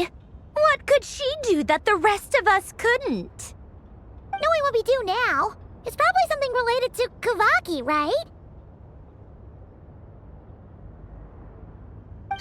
More than likely. When she first arrived, Columbina would often go to Her Majesty and ask when she could start the task assigned to her.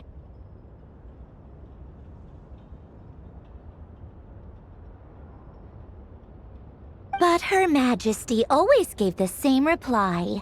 The time has not yet come. So she spent her days in Snezhnaya doing basically nothing.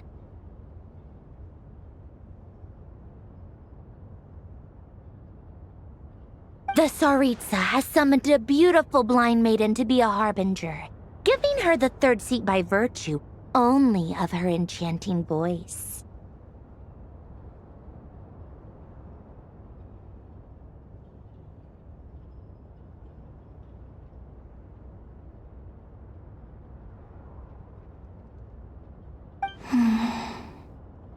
It was a dumb and stupid rumor. But the reality of the situation made it hard to refute. And what happened after that? I imagine she stopped caring. She no longer seemed to care why she had been recruited, and Her Majesty never gave her any missions, so she just continued to sing in the flower garden. For my part, I was busy. So busy, in fact, that watching someone be that idol had me fuming. But still, I got the sense that she had long been used to a life of other people claiming she was needed when she wasn't. I just felt that having a place to stay would cost me something eventually. And so I waited quietly for the day that I would have to pay the price. And other end of that spectrum, you had me. Someone once told me that I had the lousiest work and the toughest luck. That's a good way of putting it. I forget who said it, but those words have always stuck with me.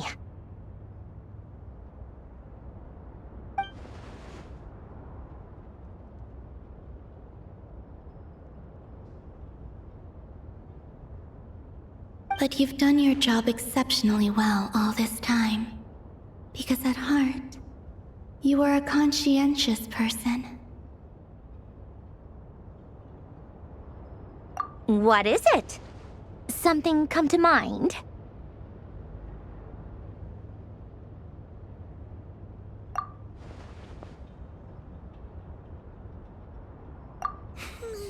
That makes sense. Nothing screams you are needed like your name shouted from across the town.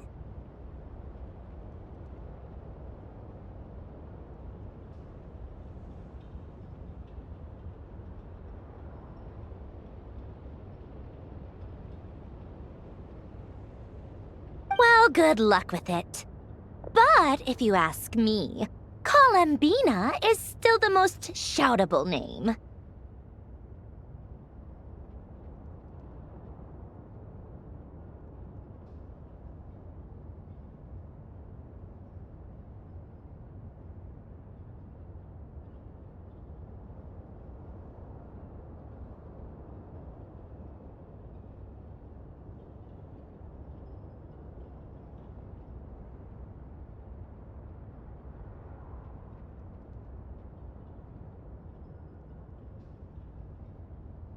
I'm just so used to it now. After all the arguments we've had, I can't be bothered trying to remember another name for her. Nor I. Sandrone. Harlequino.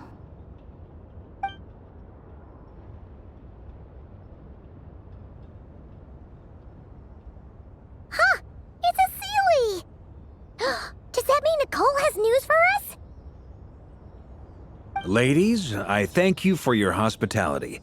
If the chance ever comes up, I definitely owe you both a drink sometime. I'm sure it will. You can make your own way out. Heck, you've been here enough times, you probably know your way around better than I do.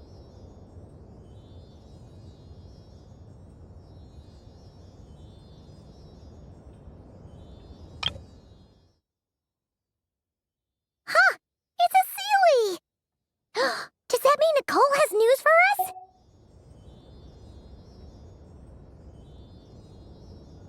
Okay! Time to do what adventurers do best. Follow that Sealy!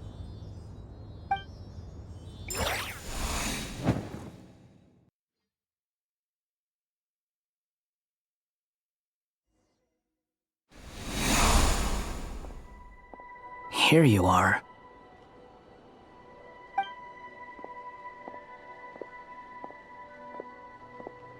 Oh, Hat Guy. How come you're back so soon? Did things go all right with the Fatui? Fine. Dotori's been summoned home by the Tsaritsa. Couldn't get much more than that. How about you? Any progress with the investigation? Unfortunately not. We've tried everything. Different phantoms, different locations, different points in history, but the results were the same each time. Abyssal monsters roaming the land. People crying out in despair, with no hope of being rescued. Every time I see it, I can't help but think, is this what it was like in Mondstadt when Dragonspine Durin attacked? And if I fail in the task I've been given, will I create yet another tragedy?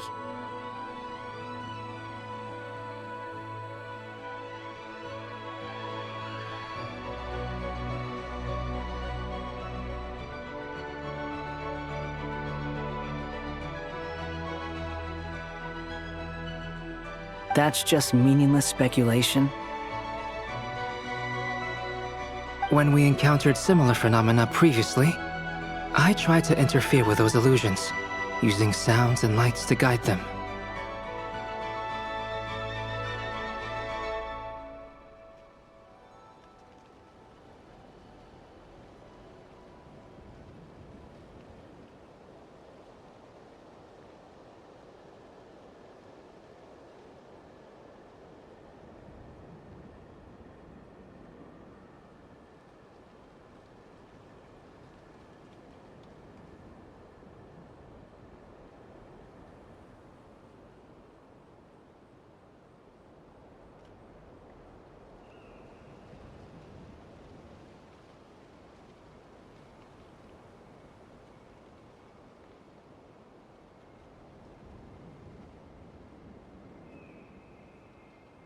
However, we could not change their fates. At most, we were able to extend their existences. The events of the past are like fate that has been written into Irminsul. There isn't a living thing in Teyvat that can escape its past.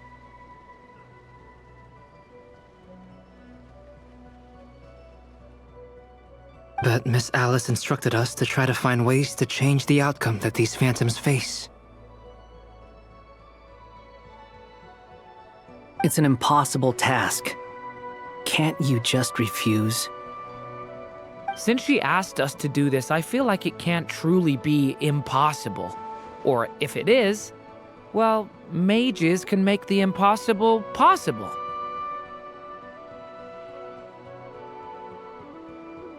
I could not have been born as Durin otherwise. But you also said that your past 39 attempts were fruitless.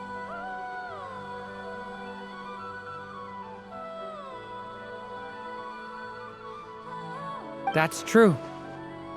But you're still going. Yes. After this many futile attempts, surely you realize that you're not doing this because you still believe what some mage told you.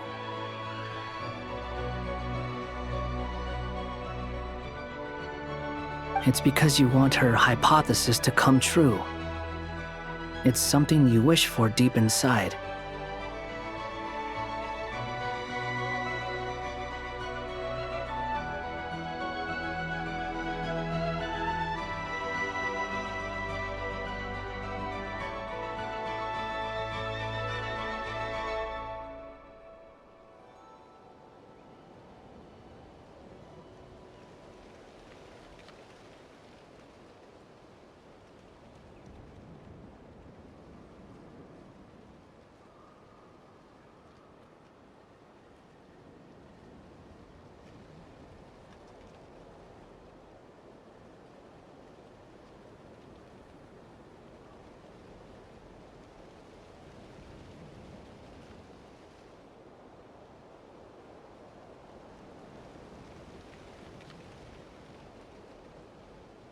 So, think for yourself about what you want to do. As long as you don't believe it's futile, it isn't.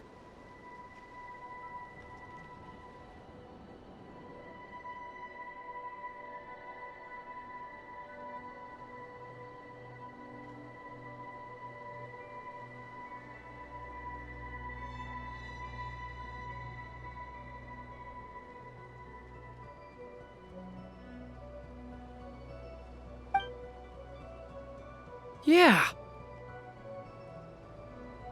Previous experience indicates that we cannot touch the phantoms, which limits the effectiveness of our interventions. If we want to clear this hurdle, we need to break this rule somehow. Same thought here. Following the same rules means repeating the same failures. Reducing ourselves to mere playthings of fate. So you mean we need to figure out a way to make contact with them despite knowing that we can't? Yes, and I suspect that's something only you are capable of.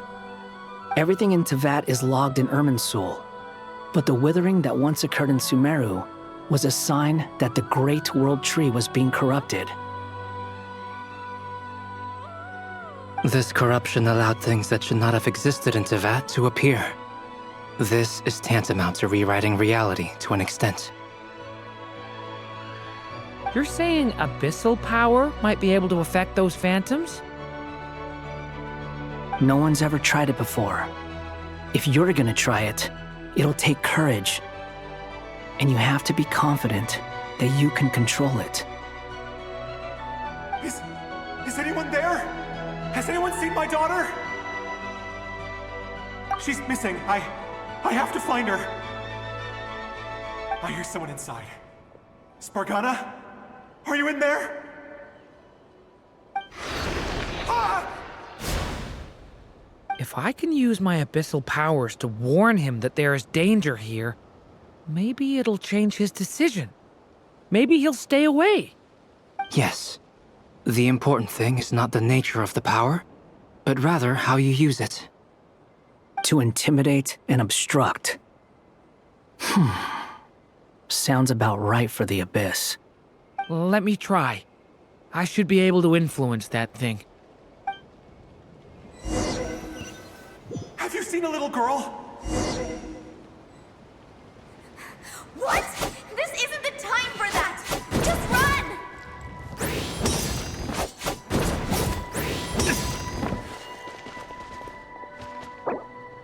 I hear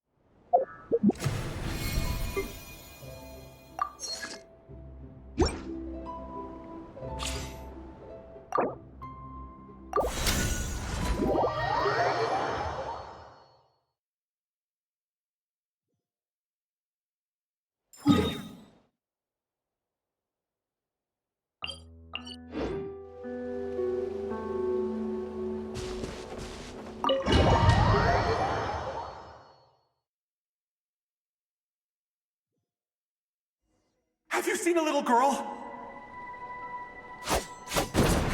What? This isn't the time for that! Just run!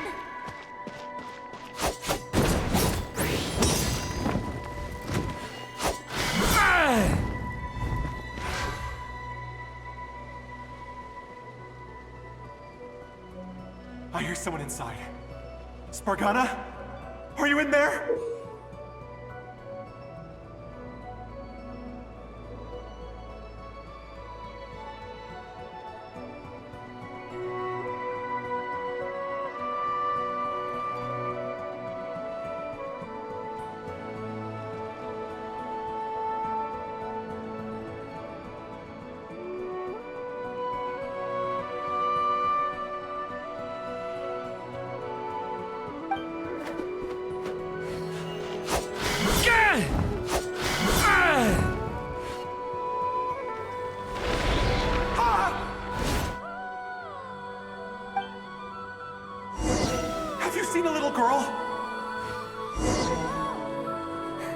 What? This isn't the time for that! Just run!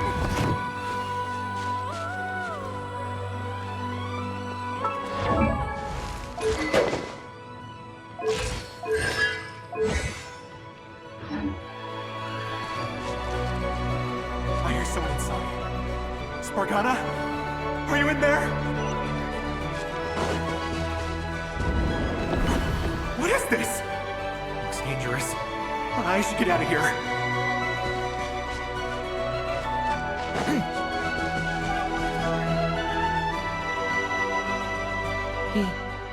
He really left. Huh, we did it! Don't celebrate too soon. Follow him. See what he does next.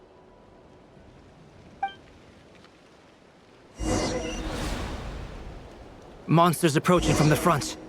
You need to stop them and create an opportunity for him to hide.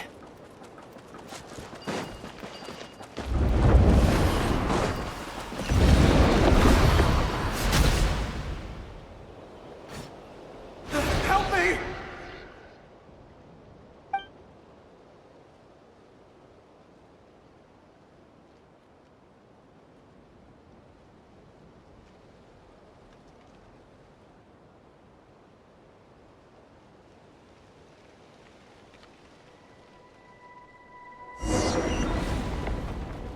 Monsters approaching from the front. You need to stop them and create an opportunity for him to hide.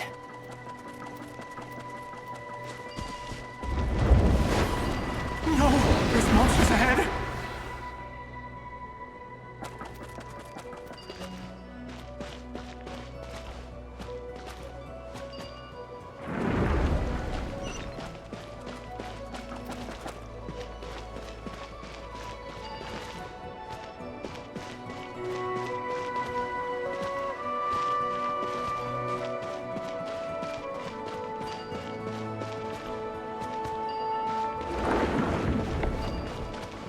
Wait, is that the barrier I saw?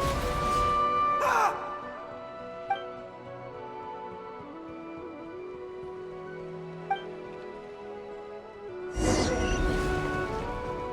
Monsters approaching from the front. You need to stop them and create an opportunity for him to hide.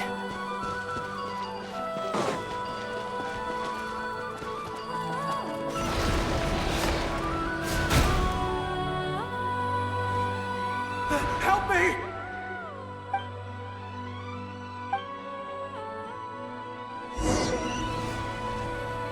Monsters approaching from the front. You need to stop them and create an opportunity for him to hide.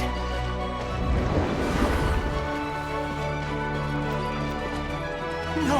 There's monsters ahead!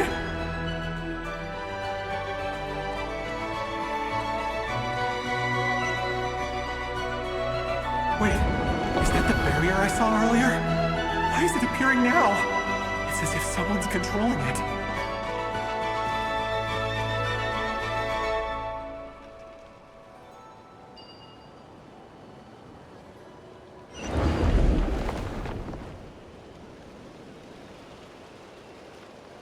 The monsters are gone. Is it safe now?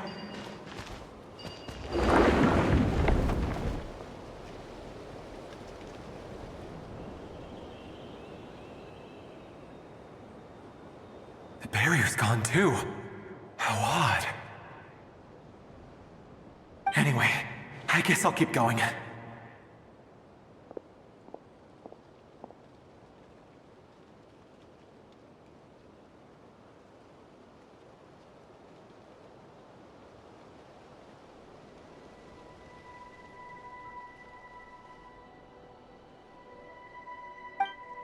Quickly, let's keep up.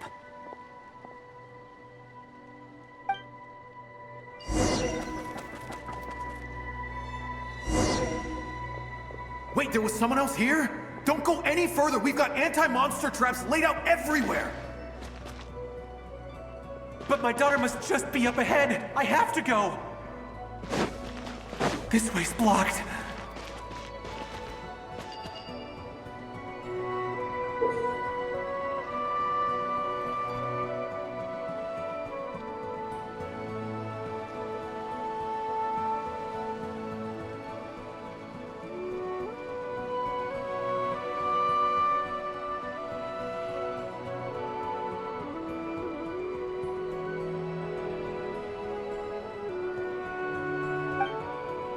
We might be able to use the explosives over there, but we need to take care not to hurt him.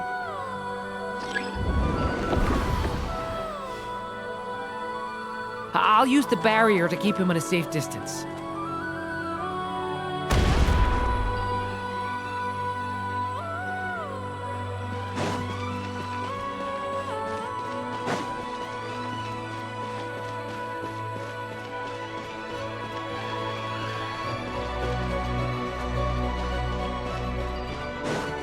This barrier seems to be helping me somehow.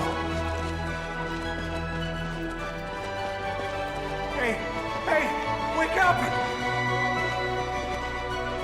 No good. Gotta keep moving ahead.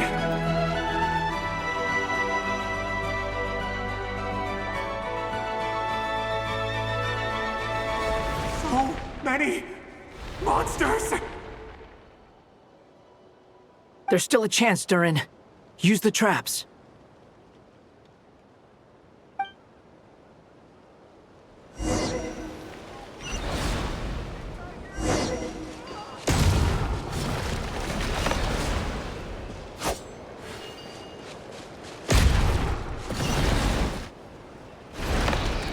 Help me!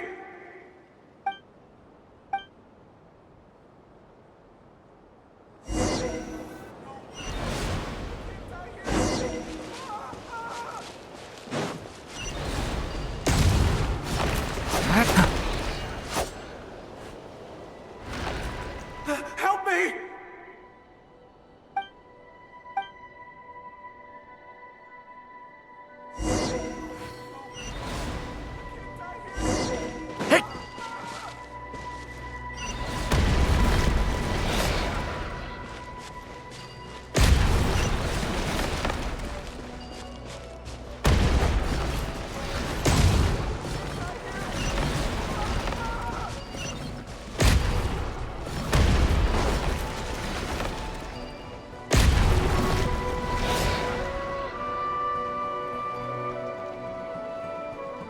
This is a new development. I've never seen this happen before.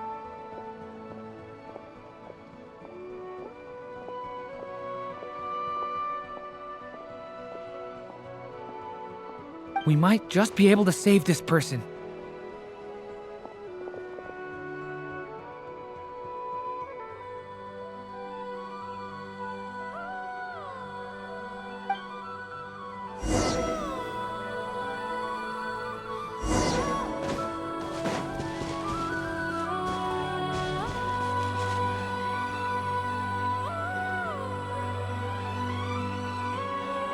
Hello there.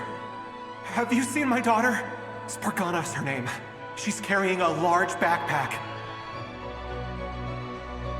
Get out while you still can, you fool. You won't find any survivors here. But I can't just leave her here. She must be so scared right now. Sorry. Wish I could help, but I haven't seen her. You'll just have to keep looking.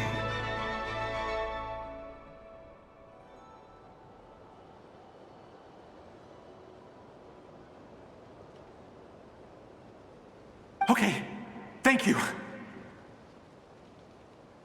If I do find her, I'll get her to shelter and come back for you. Don't bother. I've got nowhere left to go.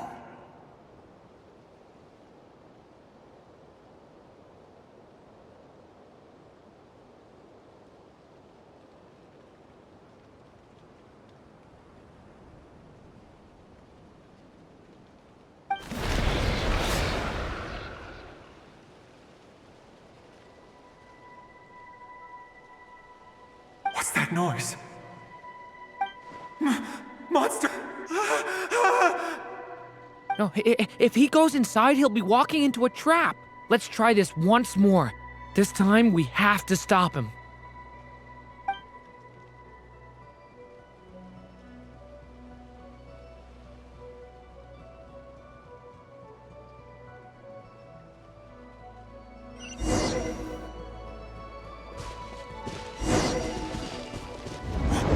Why? will I know where Spargana's gone like this? You know what? I'll trust this strange barrier. It's gotten me this far after all.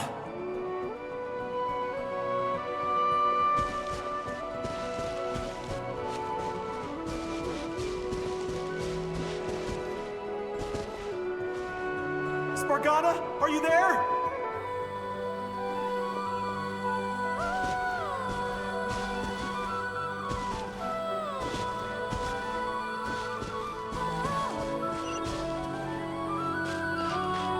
What? Hey! Let us out!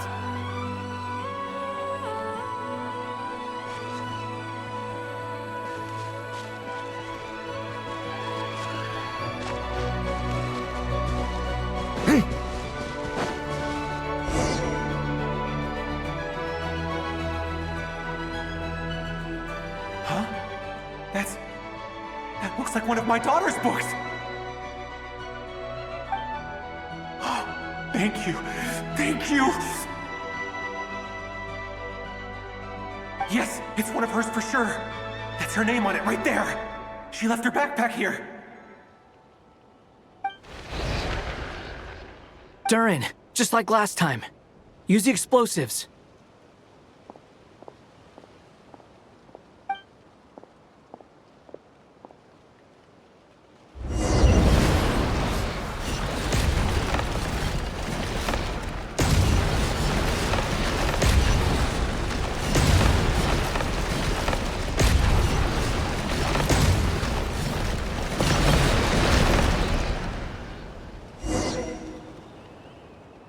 It won't work.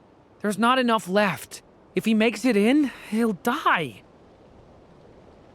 But then, this clue could be the key to him finding his daughter. It might not be the only one. Better he misses that clue than loses his life. I guess so.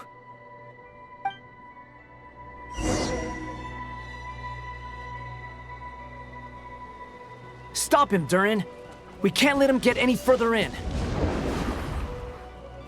That's my daughter's book! She's passed this way! Why? Why won't you let me go in?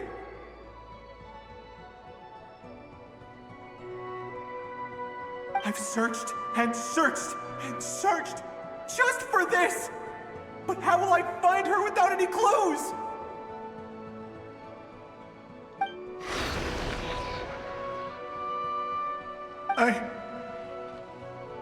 I no longer have anywhere else to go.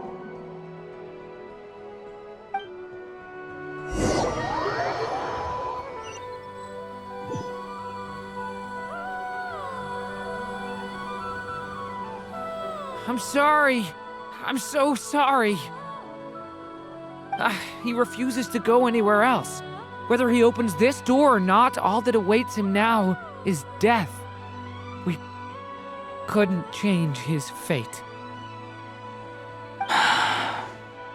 Albedo?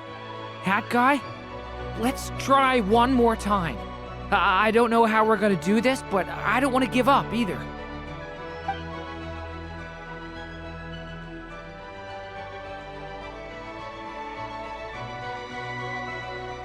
Why am I here?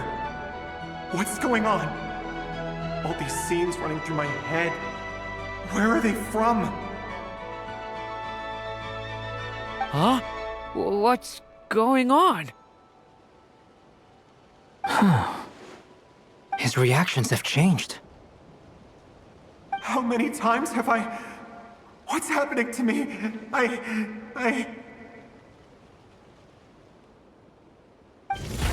Huh? Wait, who are you?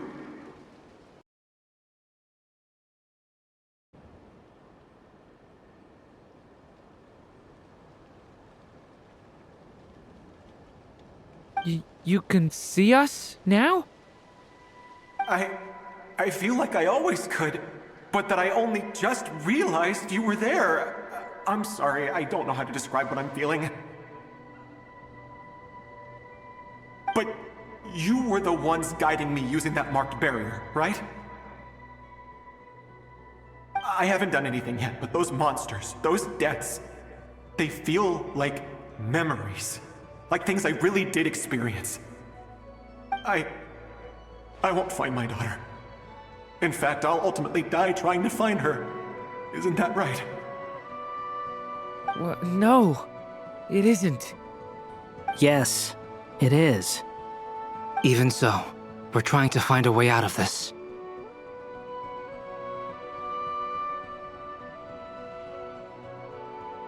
You've not seen my daughter either, have you?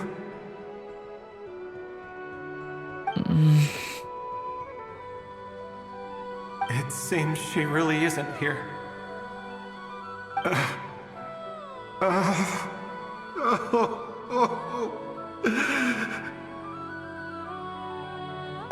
I'm sorry we couldn't help you.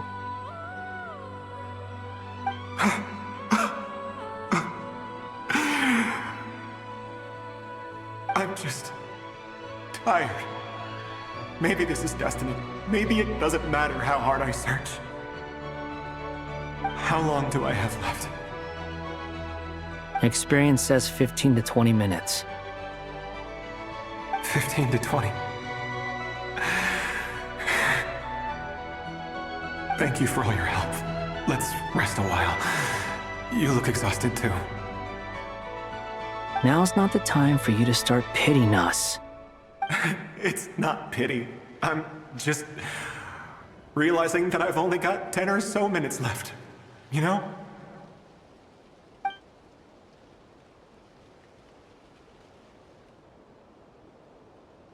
You say you're from Mondstadt, yes?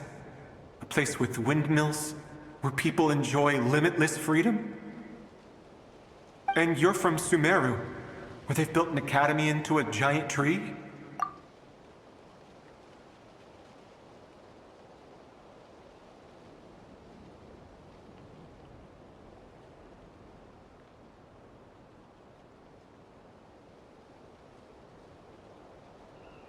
Yes. It seems you've never heard of either place. Those names are unknown to me, I'm afraid, yes. Have you heard of Hyperborea? I have, but I heard that it was destroyed in the distant past. I see. That was where my ancestors once lived. What about Delphi Pytho? Was it later rebuilt? I've never heard that name. Then what about Salvindagnir? I have seen that name on stone tablets on Dragonspine, but I'm afraid the only things left of that place are its ruins. I see. That was where my ancestors once lived. What about Delphi Pytho? Was it later rebuilt? Then what about Salvindagnir?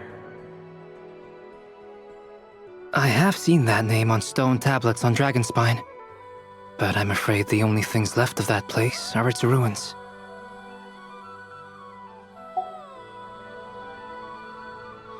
I see. Sure enough, there was no way to turn this around, huh? I'm sorry. I was the one who asked to chat, but it seems like we're too many ages apart. There's barely any common ground to start from.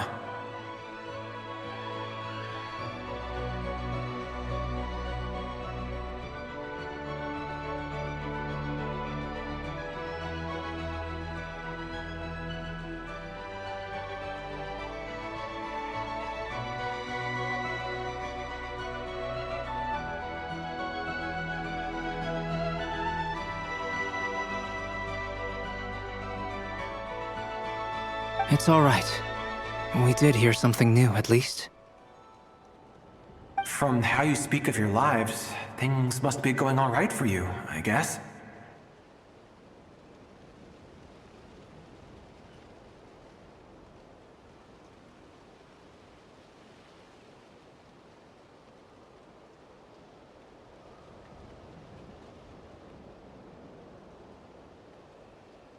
They are.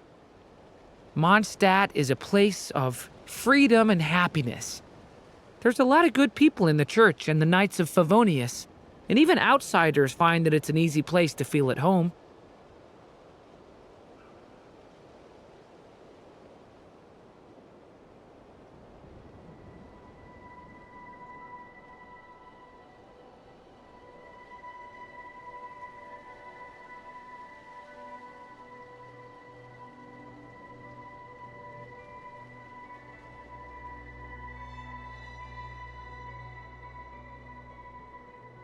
We have festivals a few times a year. Everyone gets together to drink, sing, and be merry.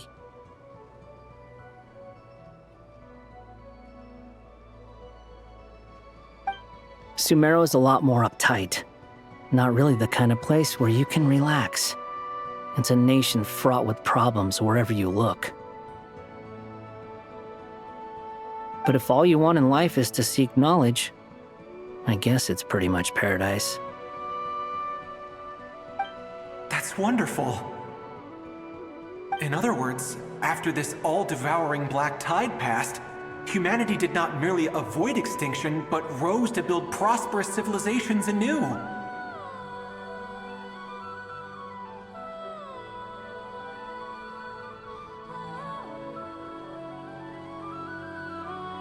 I mean, I can see you all right now. That must mean the future isn't a total mess, right? That's true.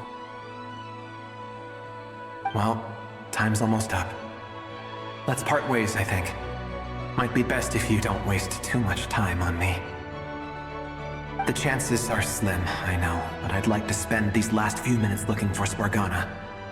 If things work out, I'd love to tell her about what I've heard.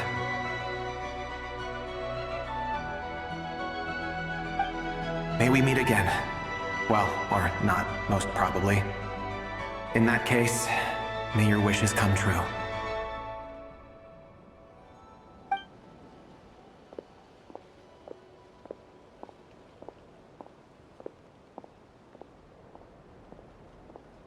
He's gone. In a few minutes, he will meet the end that was his to begin with. The ending of this tale did not change, but I believe that we've just made the most progress we have yet. May your wishes come true.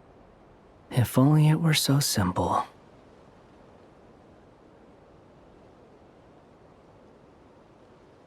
Hat guy, could I ask you a question?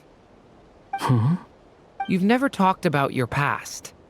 It seems complicated, and it weighs heavily on you, too. Would you be willing to tell me about it? I mean, sometimes it's better to get things out in the open. Take that guy we try to help, for instance. At least he said goodbye with a smile, right? I know about Albedo's past. Our experiences are very similar, and he created me. As for you, you're my first friend, and you've witnessed every step I've taken. But by comparison, I know nothing about you. Either way, I mean, we're still best friends. But if I knew more about you, I might understand your thoughts a bit better.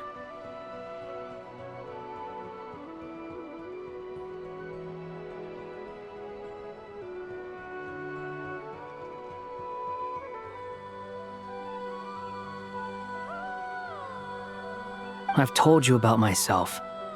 I'm a student at the Academia.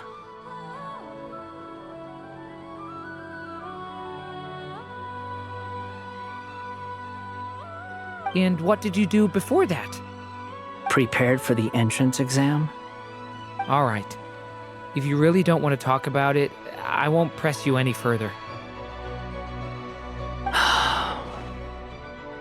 I was a puppet built from the branches of a white tree, using technology left behind by the Conrian schools of mechanical engineering.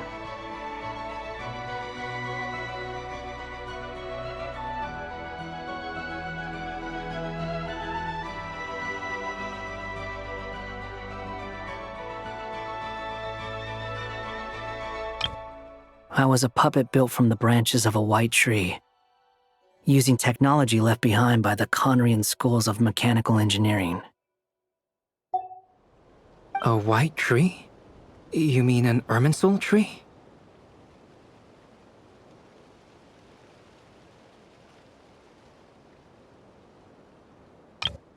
A white tree? You mean an Irminsul tree? Yes. A branch of Irminsul that was once connected to the main tree.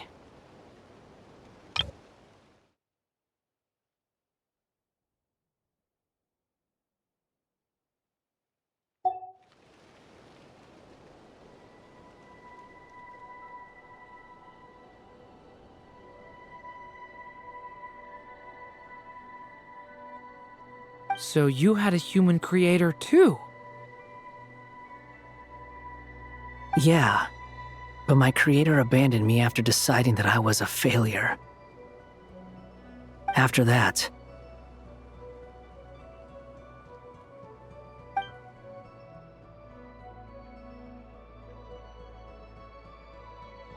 Durin, resisting the influence of the Abyss, suppressing the urge to destroy, trying to do the right thing. None of these things are easy. But no matter how hard they are, trying to rewrite past wrongs is far harder. You asked me if you would create a new tragedy if you failed. I told you there was no point speculating about that. But the real answer is, yes, you absolutely will. That guy. But at least you've got people here to help steer you away from the wrong path. So, just keep aiming towards the light. I will. I promise.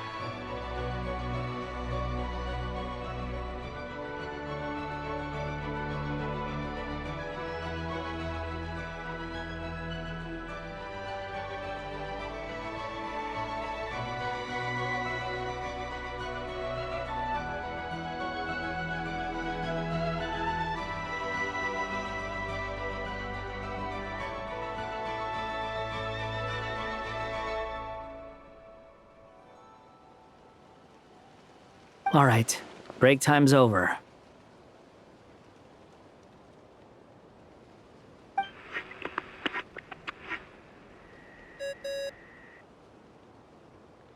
Hello? Durin speaking. Hello, friends, it's me! What have you been up to, I'm detecting some unmistakable fluctuations here at the border.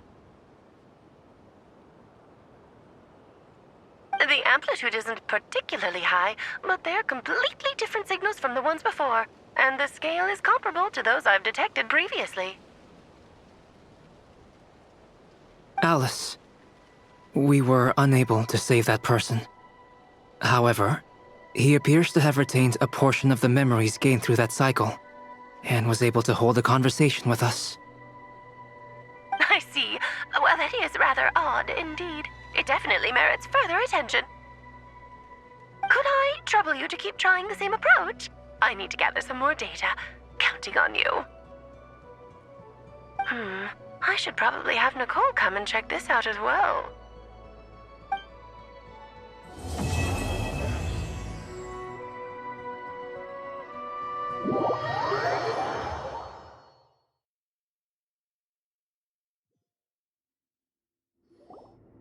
There you are. I was worried you might stop to collect treasure chests opened by the Seelie along the way. It would have taken you so much longer to get here.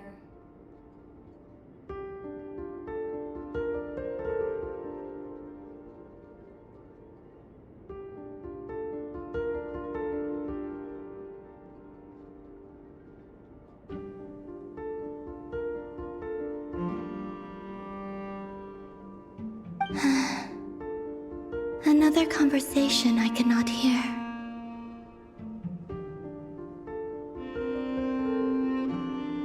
I am delighted to see that you understand what takes priority, and that your adventurer's instinct has not swayed your resolve.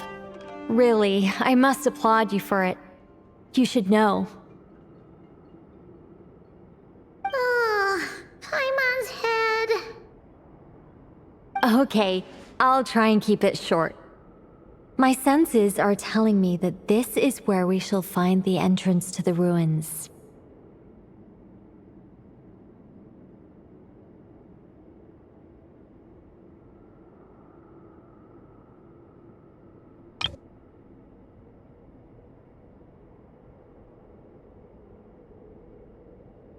Oh, cool! Well, what are we waiting for? Let's open it up and see!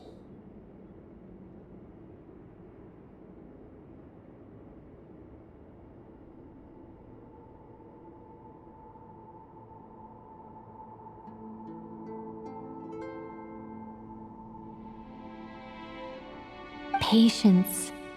This was a sanctuary of great importance to the Hyperboreans. A special process is required to open the gate. Oh, like the place that housed the Eternal Moon's marrow?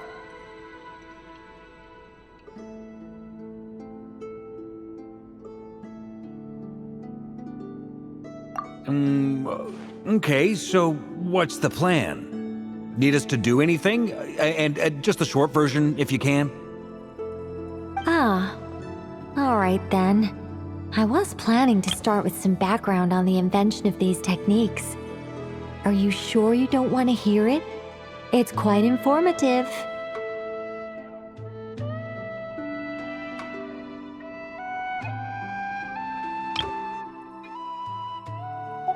Remember what you were saying about priorities? Fine. Simply put, we need 3 human representatives to successfully undergo a process of Kuvaki resonance. Think of it as a test from the 3 moon goddesses to see if the entrants are qualified, with the most recognizable qualification being Kuvaki.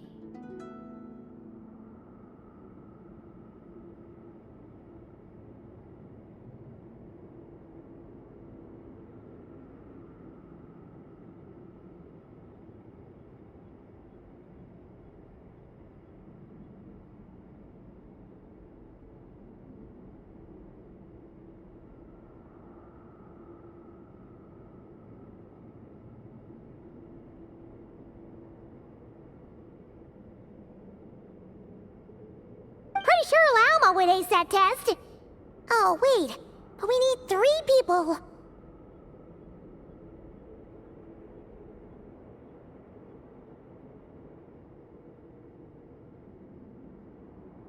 I also have no doubt that the Moon Chanter would be qualified, but we would need 2 other people with the same constitution.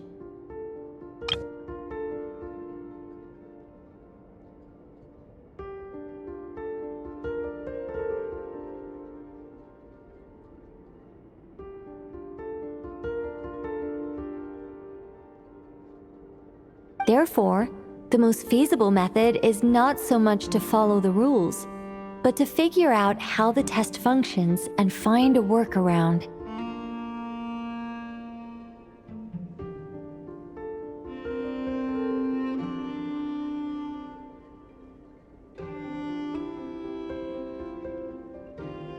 I've done some research, and it turns out the mechanism is rather crude.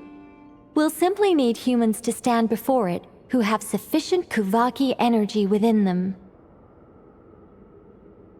I'm with you so far. How do we get the Kuvaki in them? The easiest way would be transfusion. Take some Kuvaki from Nodcry's soil, put it into the bloodstream, and get it circulating in the body. So we're going to cheat on the test? Precisely. There are other methods, but this is the simplest one. Cheating the system is much easier than trying to hide from it. Huh? Ah! Sorry? Does the idea of cheating upset you, Miss Lauma? No, that's not it. I suddenly had an idea. Oh, what is it? It's about Moon Prayer Night. I figured out a way for Kutar to join in the festivities. Huh? But as Paimon said, we need to have our priorities straight. Let's get back to the test. I'll follow up with Nefer on the festival arrangements. Oh, okay. Anyway, is this really the best method we have?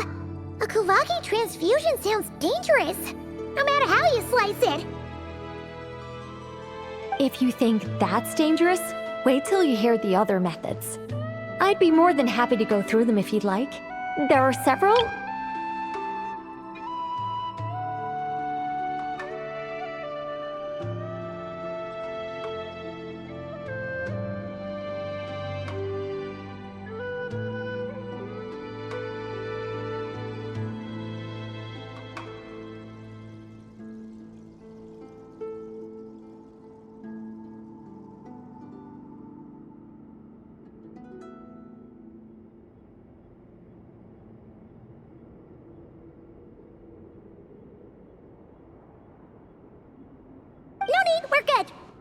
this one. Very well. Kuvaki transfusion it is. Now, I should mention that the risks can be greater or lower depending on individual compatibility.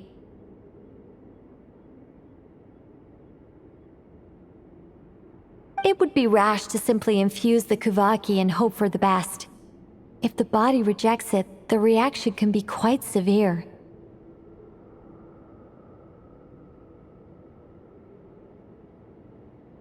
The symptoms are similar to another condition that some people living here suffer from, known as congenital Kuvaki sensitivity. So, before we execute our plan, I will perform a simple test of my own to see who is compatible and who is not.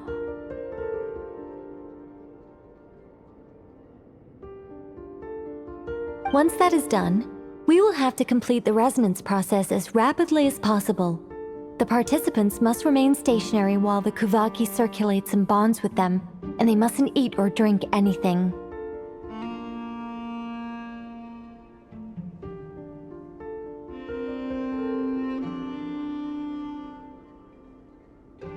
What? No eating or drinking? That's some hardcore fasting. They'll all be monks by the time they're through. 3 days. Oh, it's so long! And we still need to find 2 more people who are not just compatible, but also willing to volunteer. Fasting? What are they talking about? Really? Don't you want to think this through? Haha, count me in too. 3 days without food? I can handle that. Miss Nicole has made it clear that this is the easiest way. The way I see it, there's nothing else to discuss. It's time to step up.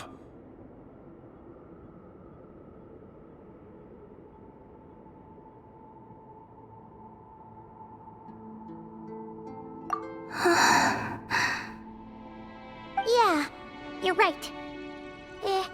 In that case, Paimon volunteers to be Captain of Logistics. She'll keep the fires lit and grab some spare clothes to keep you comfortable.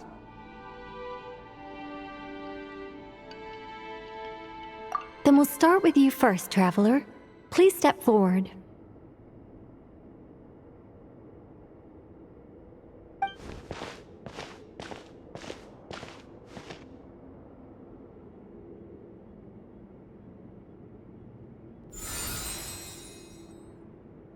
How's it going? Do you feel anything?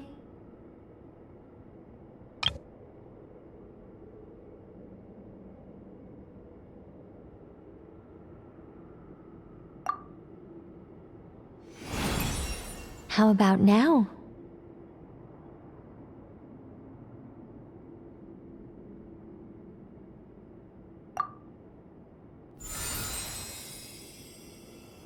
And now?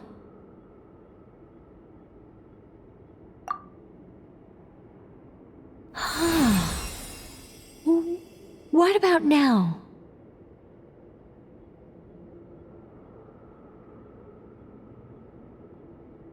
You guys, it's not a competition, you know. All right, I'm officially impressed. Even as a descender, you can withstand far more than I imagined. It's like I summoned a giant stone titan to arm wrestle you, and your arm hasn't even moved an inch.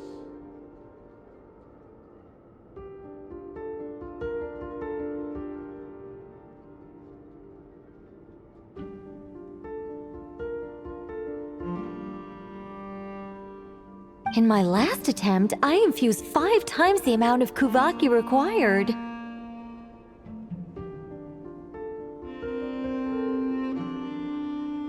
Yes, safe to say, compatibility won't be an issue for you. You're eligible to join. You're next, Mr. Varka. Sure, here goes nothing. All right, I'll start where we left off. 5 times the required Kuvaki dose. Whoa, whoa, whoa, hey, wait a minute.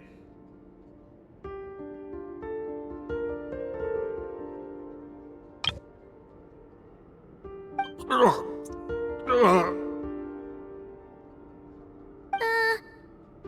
it going?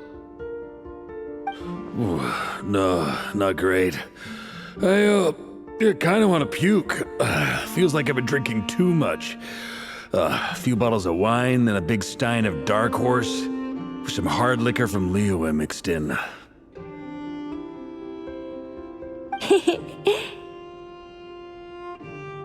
You think this is funny?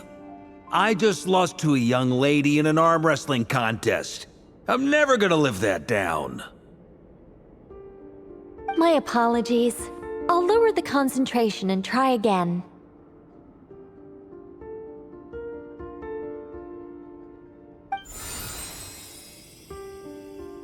Oh.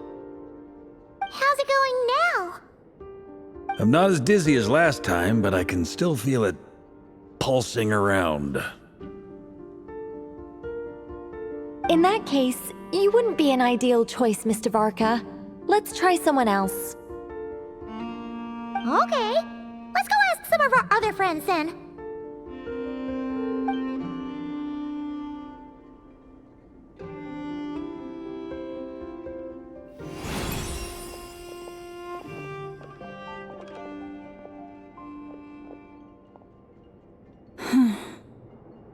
No surprises here, Miss Moonchanter. You're perfectly compatible. You may join.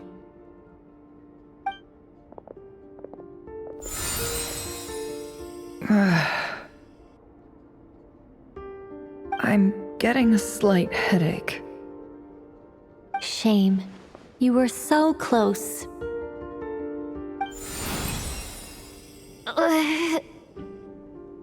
Whoa! I'm itching all over! Allergic reaction. We can't have that. Huh? Well, are you gonna start or what? The Hexenzirkel is an organization that cares for and protects children. We will not have them do dangerous things. Not even tests.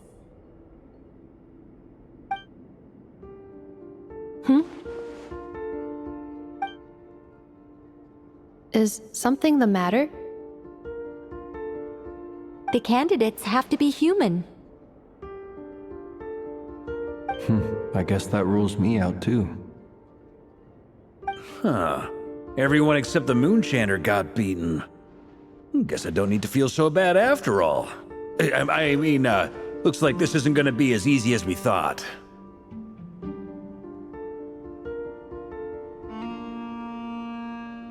Perhaps I could ask for volunteers among the Frost Moon Scions. I'll see about talking to some trusted Lightkeeper colleagues. Itlua springs to mind. In fact, I think we had some former Frost Moon Scions join our ranks recently.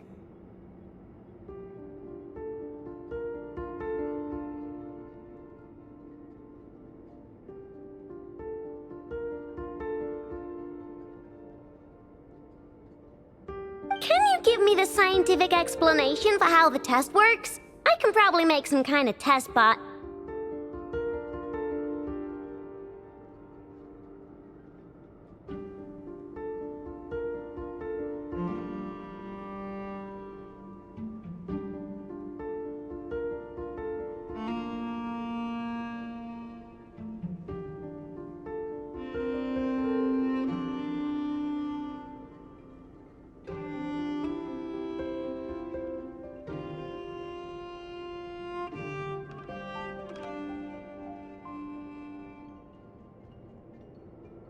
Then we can just zip through Nasha Town, going up to people and pressing a button to check their status. Wouldn't that be way easier?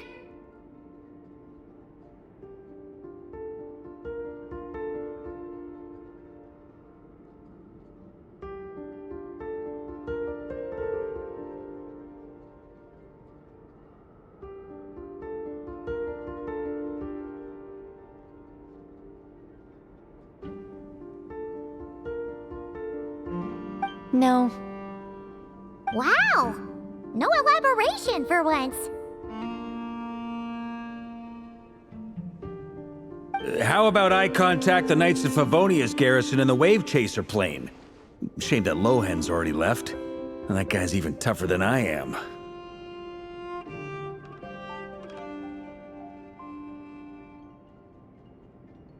Strange. The moon goddess is clearly revered by many people.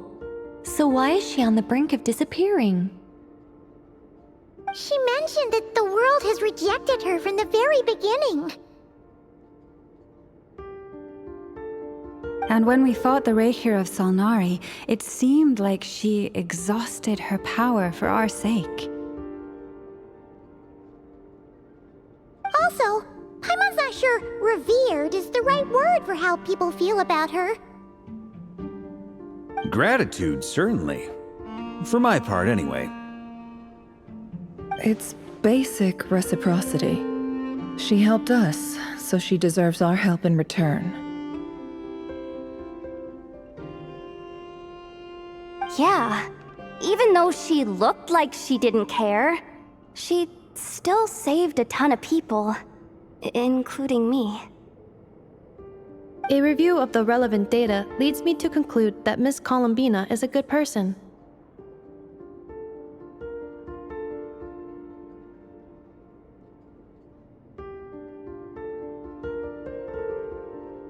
Yep, you bet! They really think so? I'm super surprised that Columbina isn't her actual name, though. I think it really suits her. It's light and graceful and...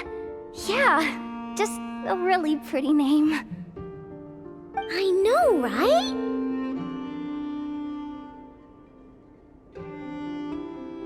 Unfortunately, that's not our decision to make.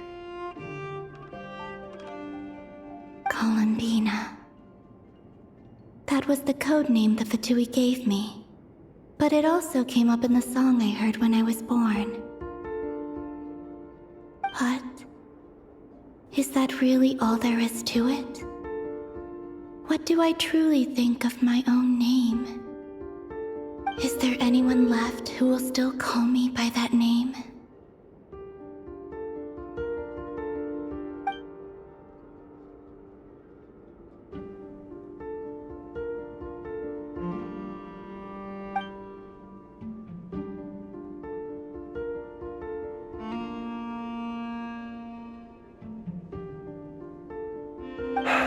Moon Prayer Night is getting closer by the day. We're running out of time. We need to look for other candidates. Then allow me to try. Huh?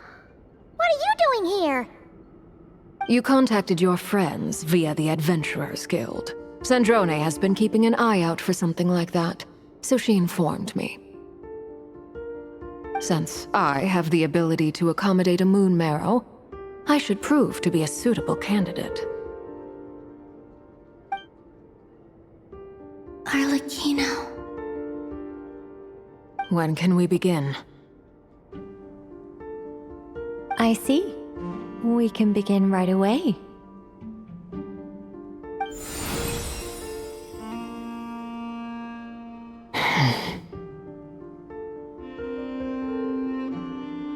How was it? Did you feel any discomfort? Not at all. Then it seems we shan't need to look for additional candidates after all. Great! Cool. Alright, like Paimon said, the rest of us can take turns making sure the three of them stay warm and comfy. Then, my job is to take care of the caretakers. I will ensure everyone receives food and accommodation. I'm ready as well.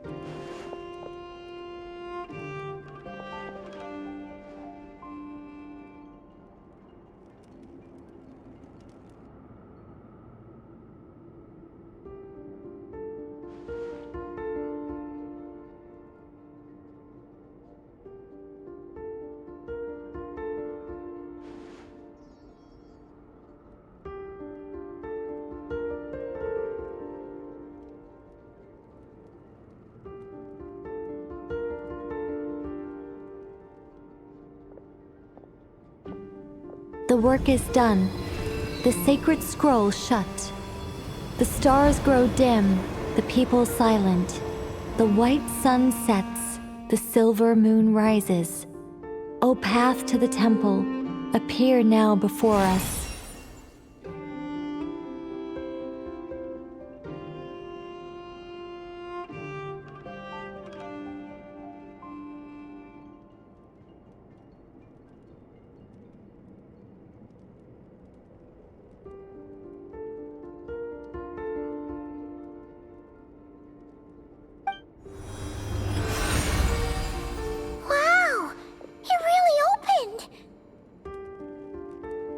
So that's what all this is about.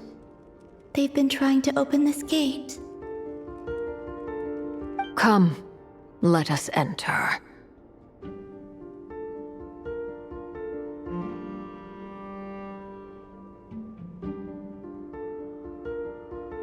It might be best to eat something first.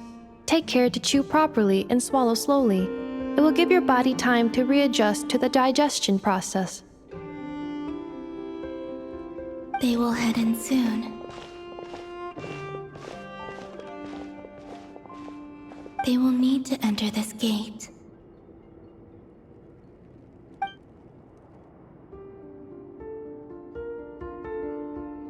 Huh? I cannot pass through. Is it because I have no physical body?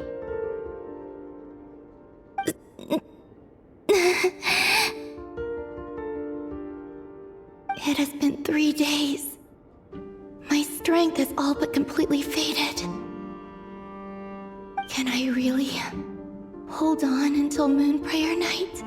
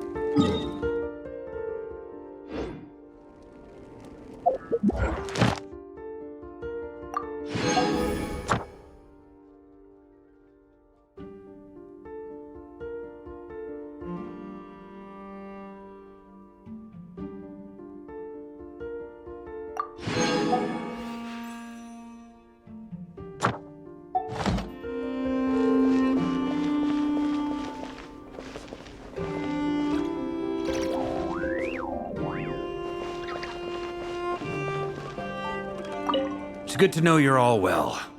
Puts me at ease.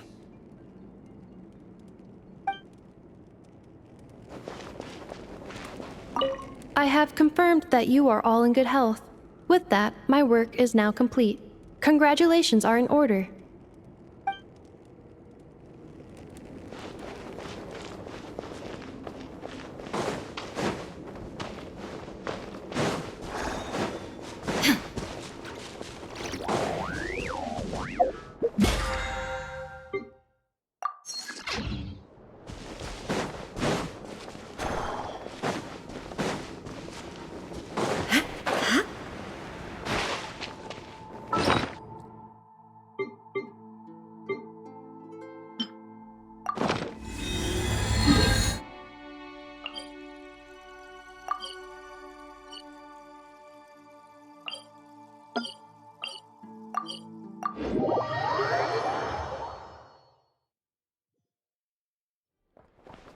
Add Astro.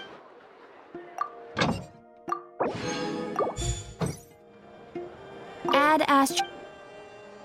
Thank you for completing.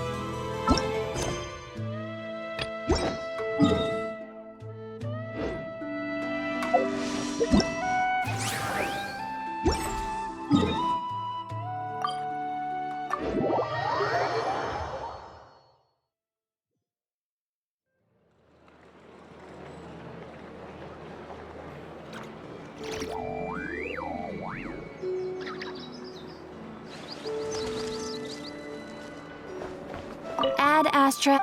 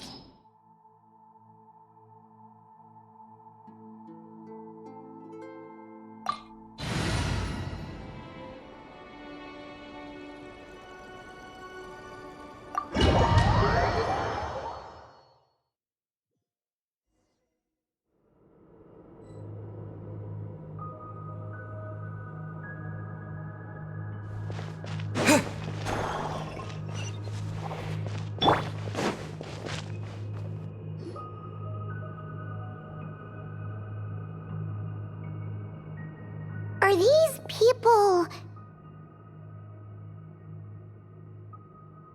Judging by their clothes, they appear to be phantom Hyperboreans from the distant past.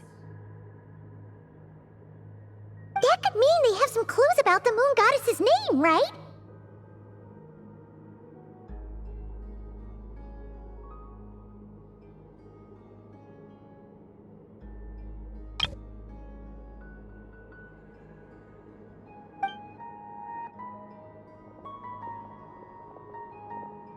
Hey there!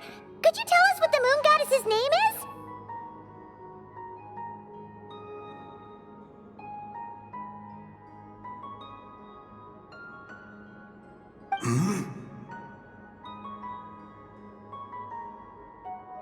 Sorry. That's probably a weird question, huh? How do we explain this? The moons are long gone, and their goddesses are dead. Their names no longer mean anything. When a new moon goddess is born, we will surely know her name. We have used every last resource at our disposal. All that remains is to wait, patiently and quietly.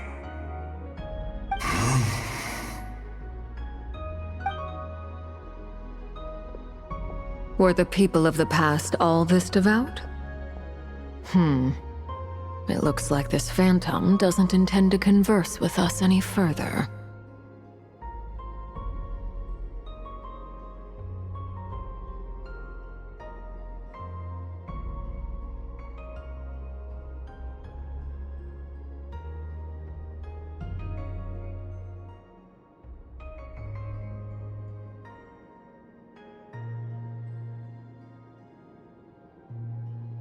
Surely the new moon goddess he speaks of must be Columbina.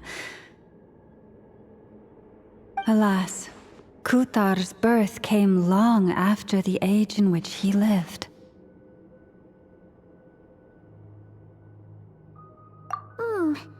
But, maybe if we find a phantom from a more recent age, they might know Columbina's real name.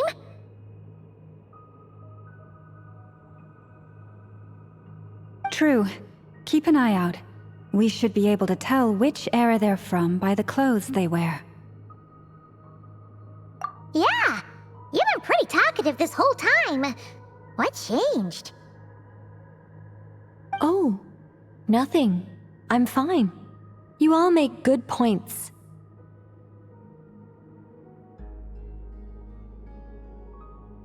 When the Hyperboreans speak of moon goddesses, they mean the three from truly ancient times. I can't imagine they would know anything about our current moon goddess.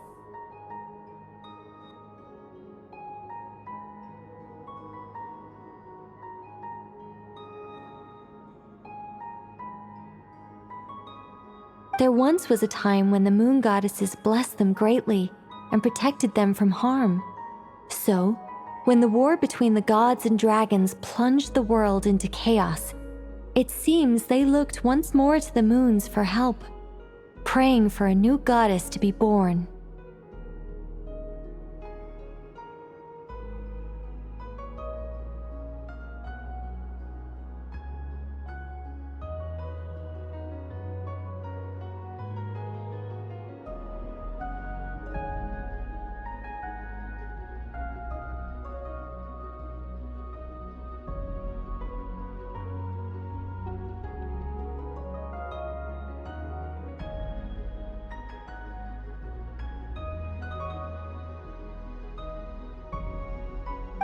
That checks out.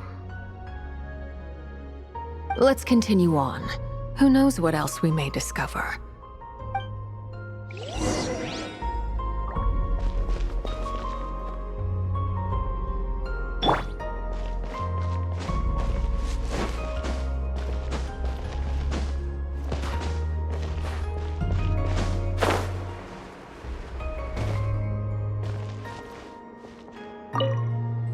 The moons have left for now, but they would not abandon us forever.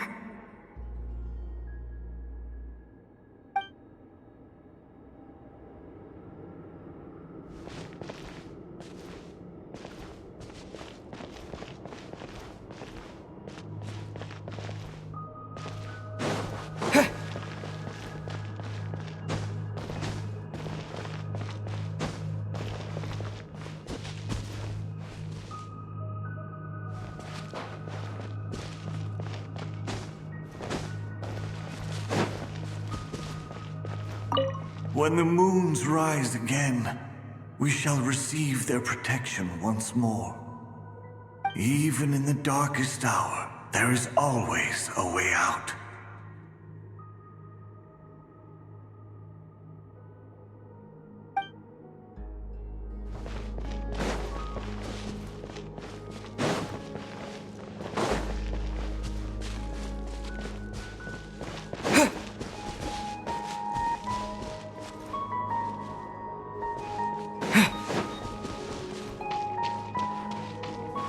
There's a door blocking this path. Not a problem. Try this.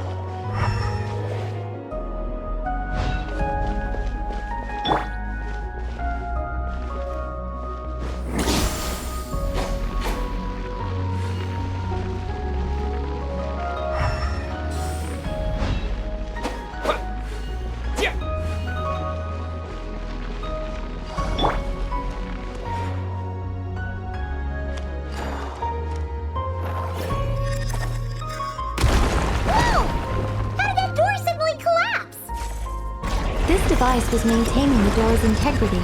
Remove the core, and the device stops working.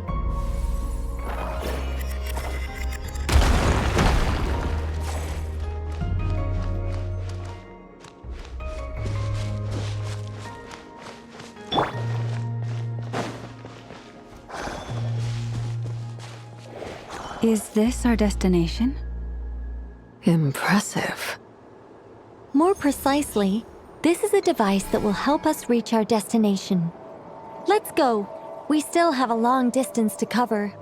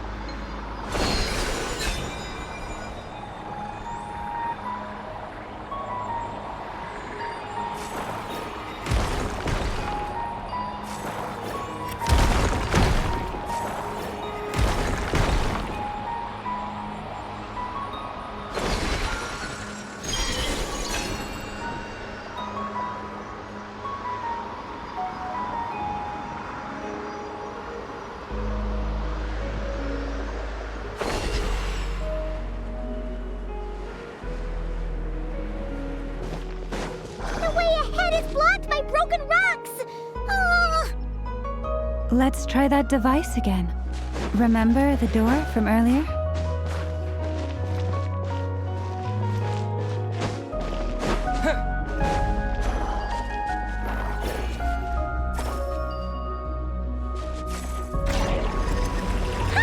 So it works in reverse, too!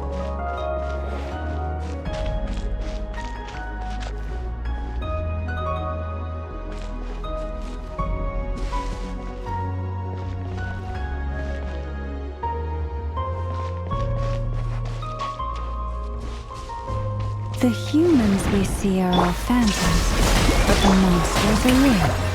What a fascinating place. There'll be plenty of time to admire it later! Let the world collide!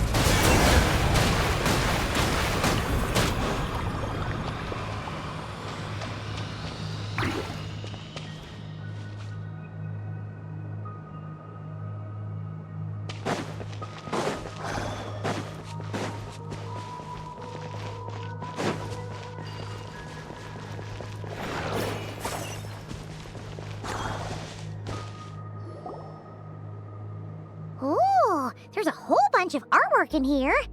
Seems pretty old. Nicole, this is probably your area of expertise. What do all these paintings mean? Let me see.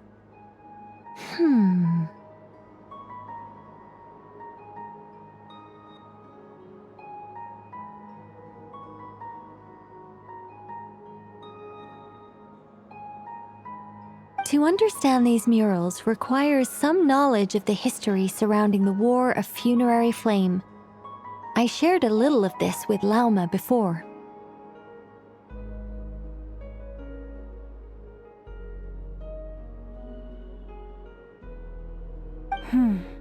Yes, I think I follow. The dispute between the Moon Sisters, the transformation by Nibelung.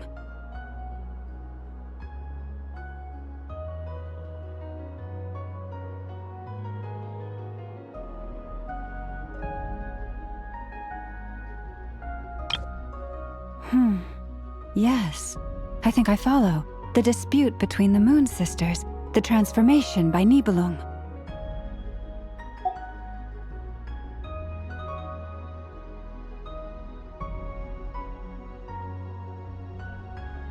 Oh no, it's no trouble. I'd be delighted to share the tale again. Alright then. Tevat's 3 moons and their goddesses were brought into being by the will of Nibelung, the then ruler of Tevat.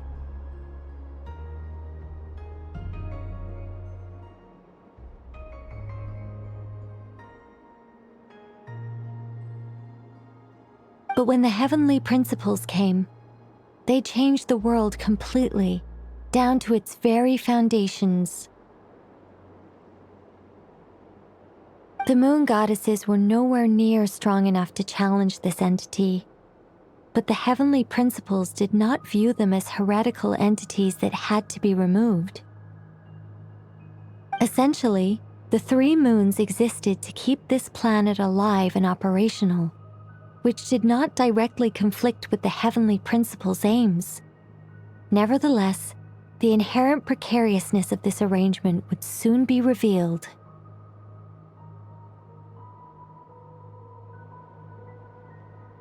Nibelung returned. Yes.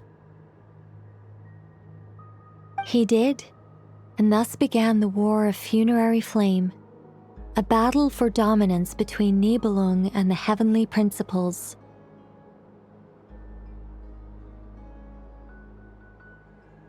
Discord would soon emerge between the 3 moon sisters. One would voice the opinion that they should follow Nibelung, for it was he who first hung the moons in the sky.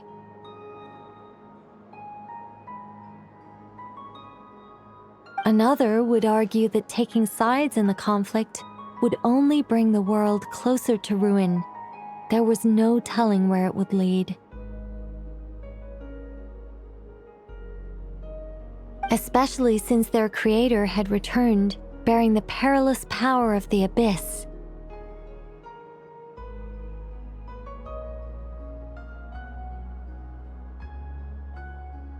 Nibelung would eventually discover their disloyalty.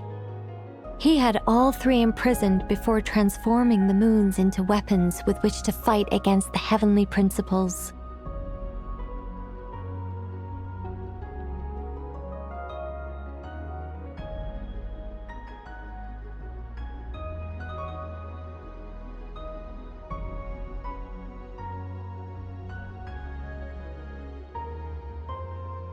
What? Weapons? Yes, the very moons that had once defended the planet became instruments of death and destruction, striking terror into the hearts of all living things.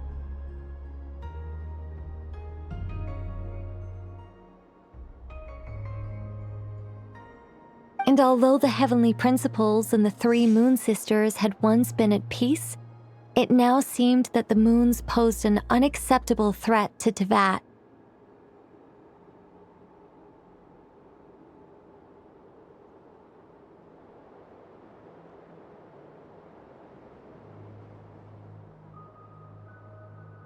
It is possible that the heavenly principles did not know of the goddess's imprisonment. If so, the weaponization of the moons would surely have been viewed as an intentional breach of the peace agreement. Regardless of who knew what, when, the heavenly principles shattered 2 moons and flung the other beyond the skies.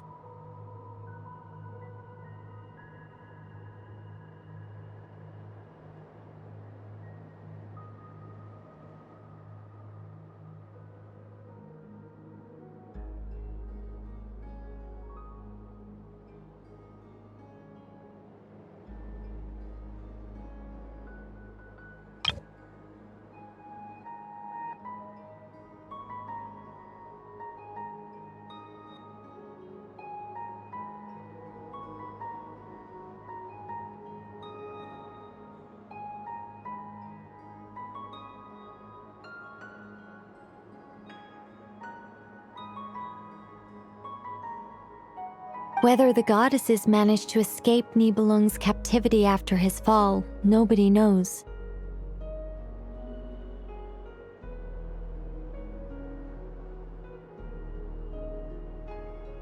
But this much is certain.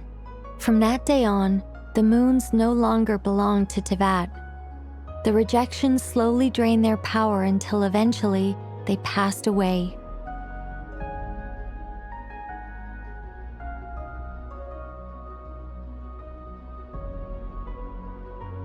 So that's the full story. You say the moons ceased belonging to Tevat from then on. Why then would Columbina be born here? That is perhaps due to the lingering connection between the Frost Moon, which was not shattered, and this world.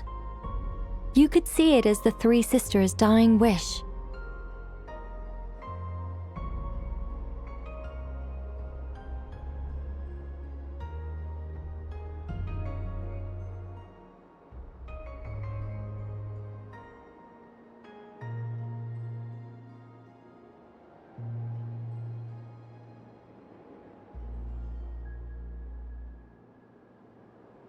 They never desired war.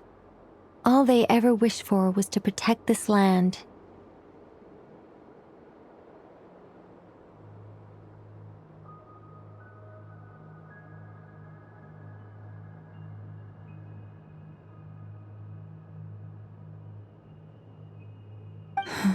I see. If the final fate of the three goddesses is as you say, then Columbina faces the same grave danger.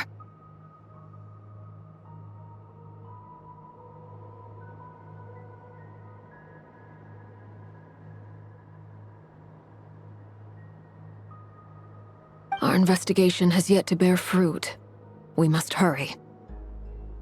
Yeah, you're right! Let's keep going!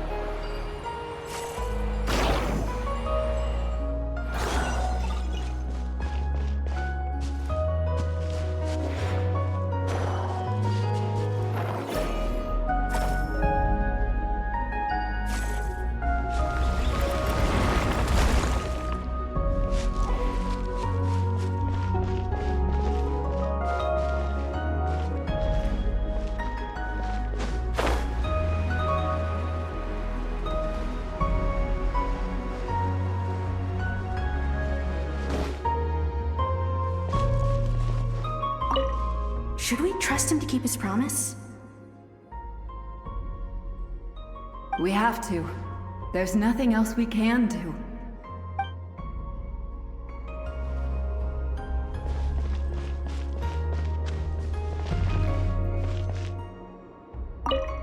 Why? Why do the creators of this world no longer show mercy upon their people? Remember his words. We must change our fate with our own hands.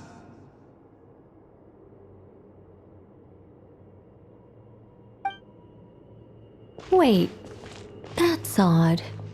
Who is he? Is something wrong? No, not really. It's just that over 30 possibilities emerged in my head, so I can't be sure who he is. It's been too long. My memory isn't as sharp as it once was. Okay. 30! Wow! Impressive!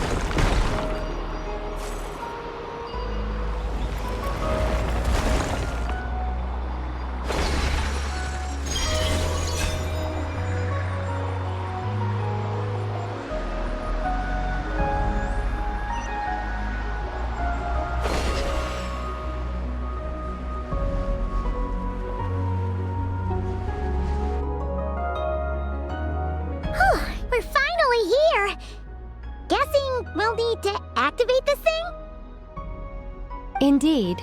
I was a little worried about that at first, but as we got closer, I sensed that the Kuvaki within it flows unimpeded.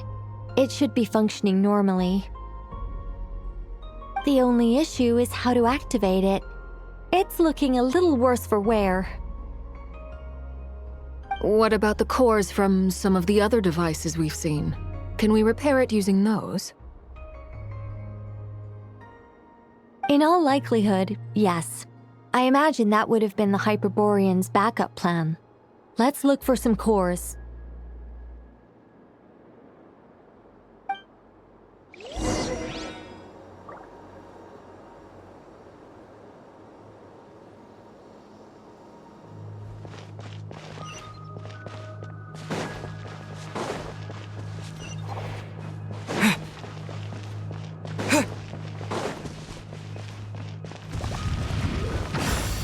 Illusion shattered!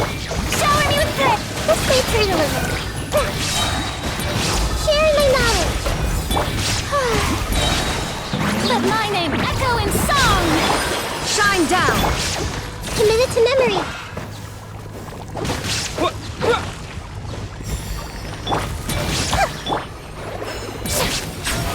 Oh, brilliant! Illusion shattered!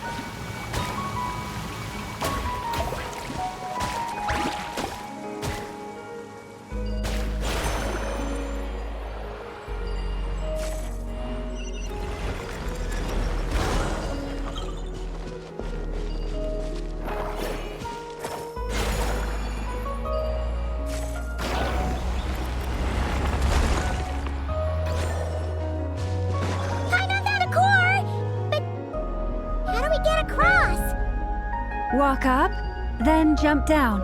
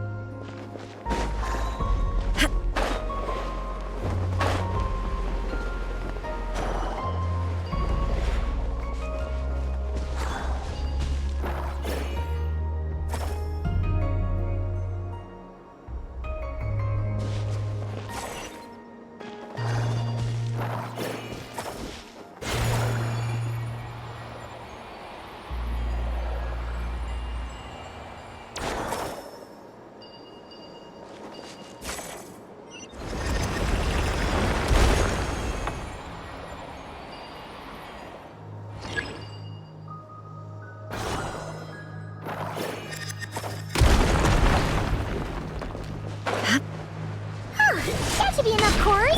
Let's head back.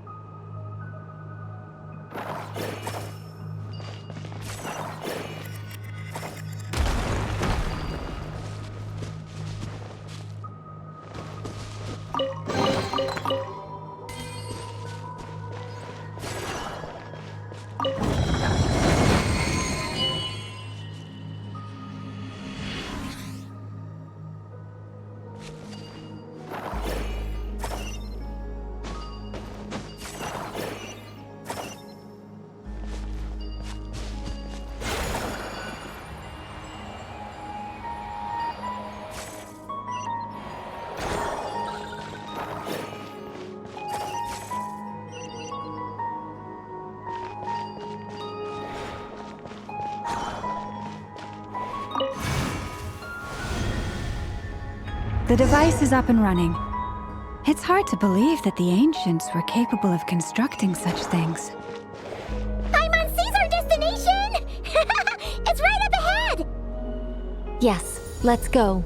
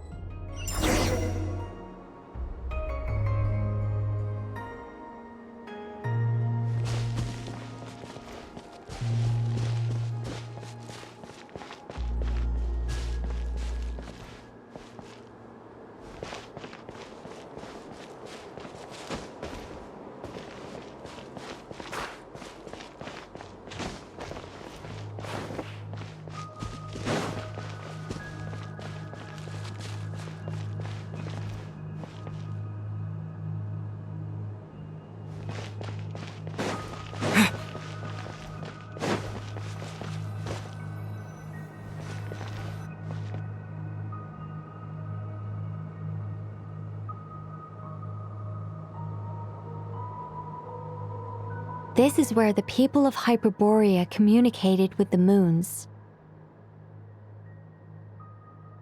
We need only place the moon marrow upon this platform on Moon Prayer Night, and we shall be able to open a portal to the moon and send our moon goddess back home.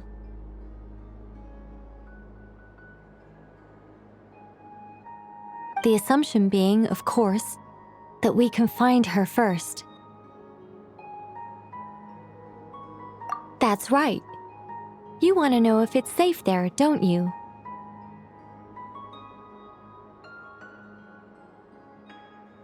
And yet, she has no choice but to return. You know this. Oh, that's not the only issue here. This is the end of the line, right? We've explored everything we can. And despite looking at historical artwork and talking to people from Hyperborean times, we're still no closer to learning Columbina's name.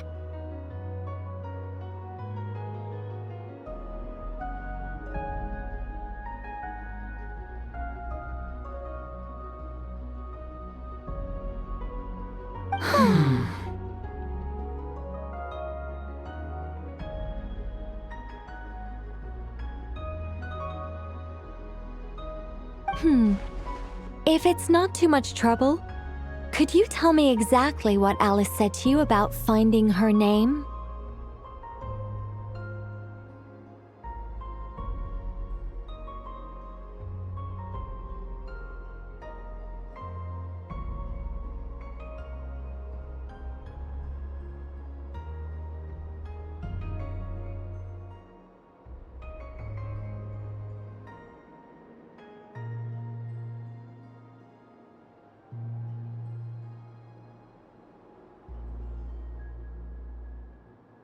Sure.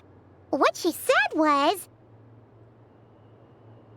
Then your first job is to find it. As a moon goddess, I'm sure she must have a name she identifies with. Neither Columbina nor Kutar is her true name, and she's never really accepted either of them. Is it not also possible that she has never had a true name? Not at any point in history? That would be a hard pill to swallow. But at this point, we may have to accept that that is the truth. No one knows how she came into being, and she certainly doesn't have parents in any sense that we're aware of. Perhaps she was never granted a name at all. But does that mean there's no way to get Columbina back? She's just gonna disappear and there's nothing we can do about it? Huh? Wait, why all this pessimism? Was it the way I phrased this question? You all seem to be taking this in completely the wrong way.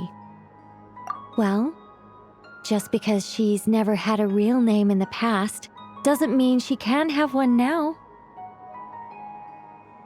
What?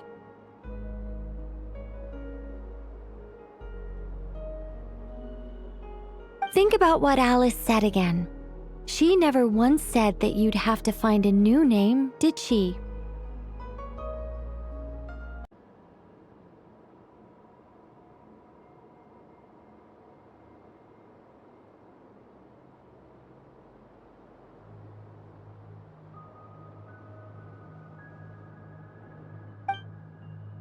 Are you saying what I think you're saying?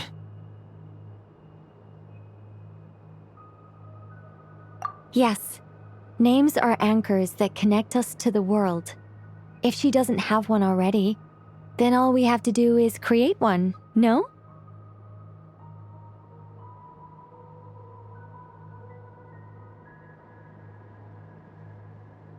It's like... yes. Traveler, when you first arrived in Teyvat, do you think you would have turned around if someone behind you shouted, "Hey, Tumaini"? But what about now? I understand what you mean.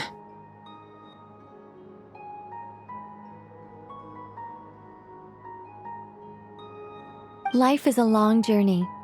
Even the friends and family by our side can change over time.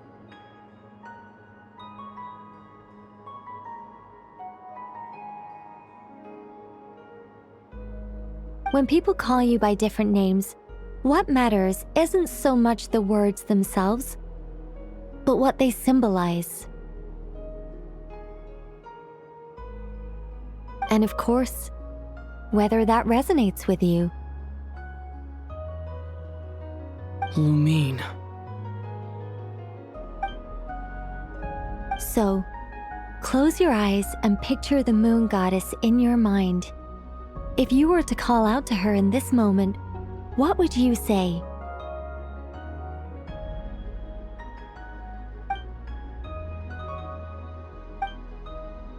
Columbina. Columbina.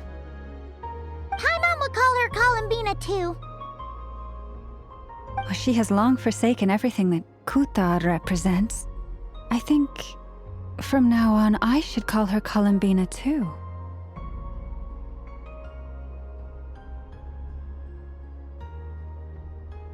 Well, it sounds to me like you found your answer.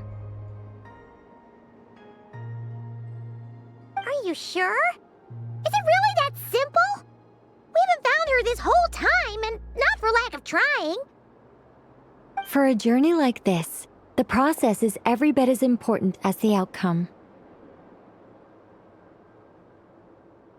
Had you not searched far and wide, rejecting every other answer you were offered? How could you have come to an answer you felt was finally correct?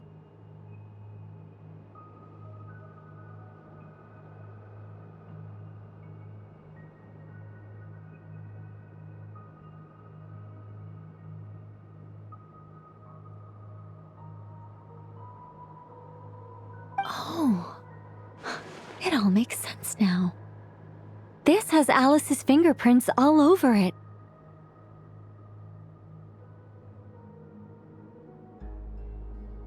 Are you suggesting that Mage knew from the start that Columbina never had a real name to begin with?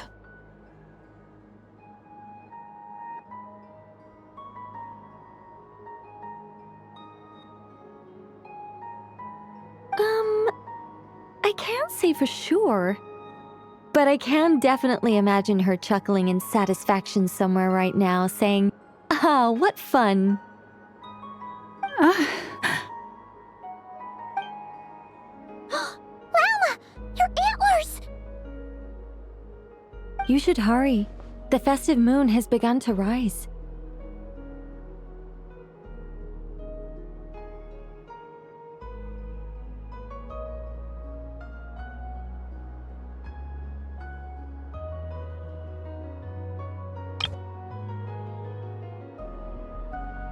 Do not worry, for when you called the name Columbina just now, I could sense that the power within was enough to summon back the moon goddess.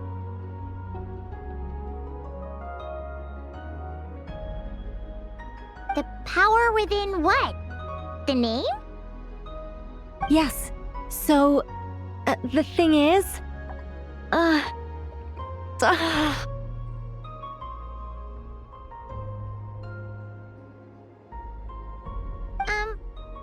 What's wrong now? This is so annoying. I really want to explain how that whole thing works, starting from the founding principles of Teyvat and... Oh, I could talk about this for hours.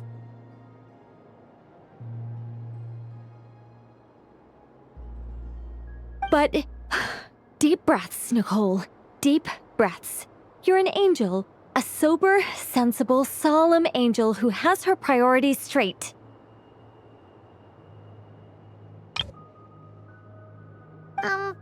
Okay then. Sorry for asking. Clearly a bad call on Paimon's part.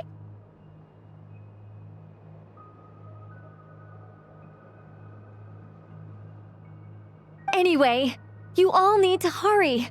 Last thing, remember how it felt when you called out that name.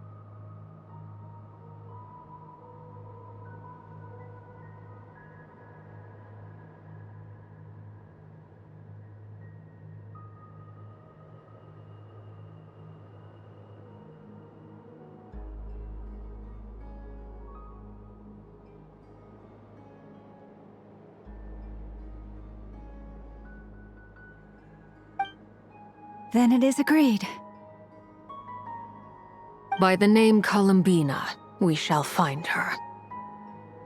Then we'll throw her the best Moon Prayer Night party ever!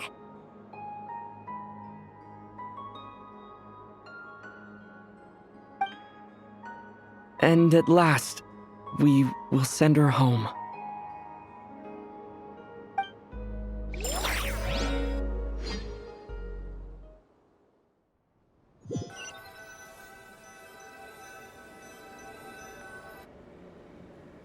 I can barely move anymore.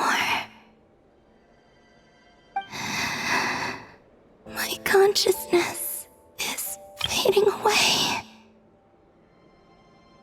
Have they come back out? I'd love to see them one more time.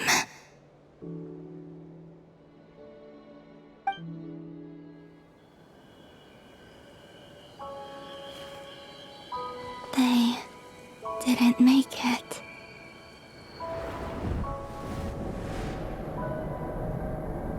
Could you tell me your name? My name is... Columbina!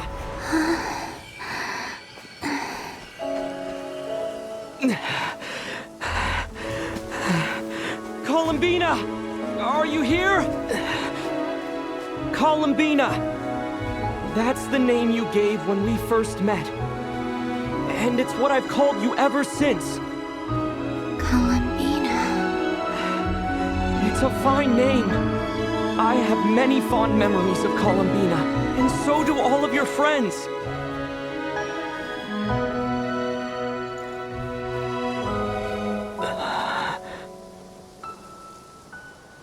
If you like this name...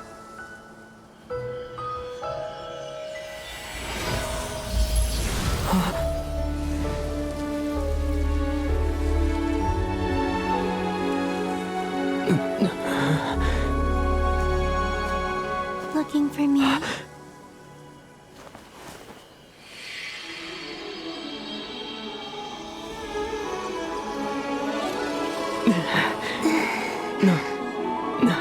I like it. You can carry on using it. My name is Columbina Hyposelenia.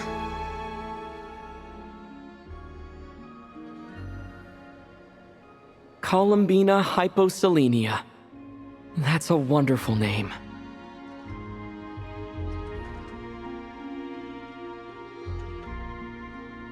I never thought that Columbina would become my real name.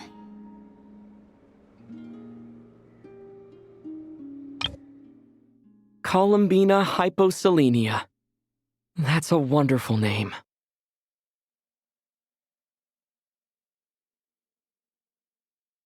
Columbina Hyposelenia. That's a wonderful name. But after I met you and my other friends, the things that this name stood for slowly began to change.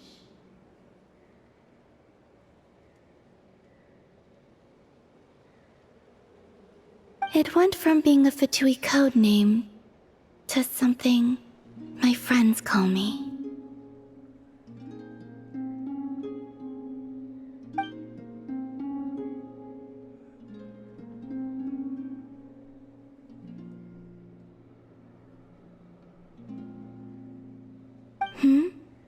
What is it? Why aren't you saying anything? I'm just so happy for you. Thank you. So, where's everyone else? We can go and meet them very soon. Everyone went to different places to try calling your name. Great. I'd like to thank them as well. Everyone's done so much for me. Searching for my name, entering those ancient ruins.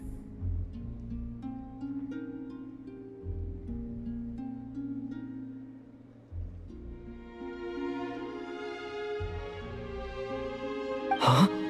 Wait, so you were...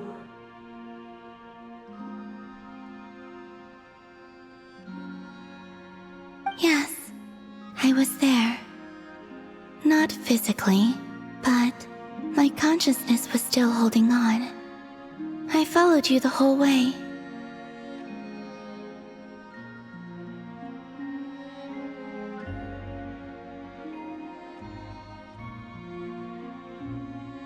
Starting from when?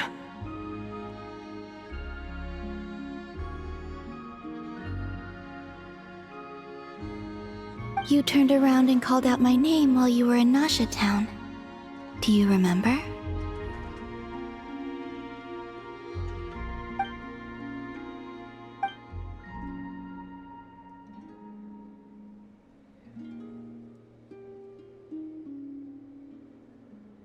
Let's go. We don't want to keep them waiting. Sure. In that case, come with me. But... Hmm? Before that... Could you call my name one more time? Sure. Come with me, Columbina Hyposelenia.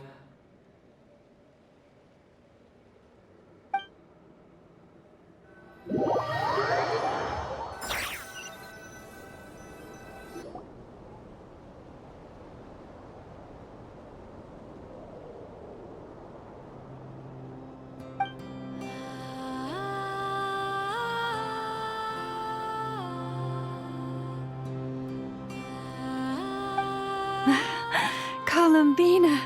Oh, this truly is wonderful.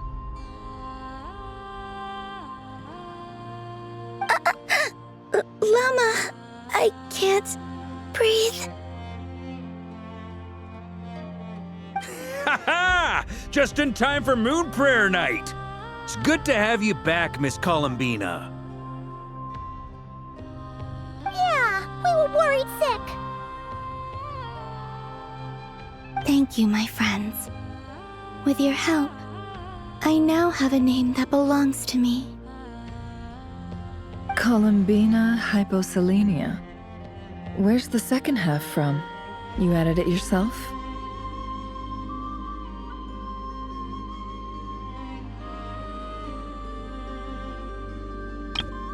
Columbina Hyposelenia. Where's the second half from? You added it yourself? That's right. It means... Born beneath the moon.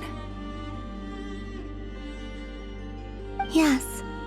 And by extension, it can also mean born beneath this world. A fine name. Now, as much as it pains me to interrupt this beautiful reunion, I feel obliged to remind you that the Moon Prayer Night celebrations in Nasha Town have already begun. Don't you want to enjoy the festivities? There's so much to see and do. And some of the ambient lighting and entertainments were sponsored by the kind souls in the Hexen Circle. Nicole? Why have you turned into Dodoko? So you're Miss Nicole. Thank you for helping us, and for helping me find my name. It's nice to finally hear your voice.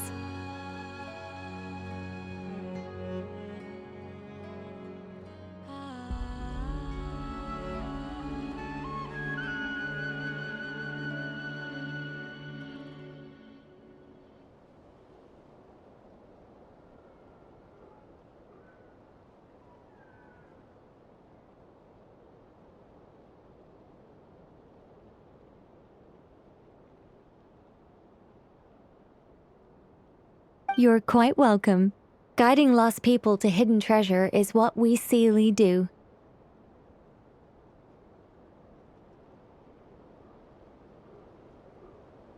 And if you ask me, spiritual treasures are far more precious than material ones.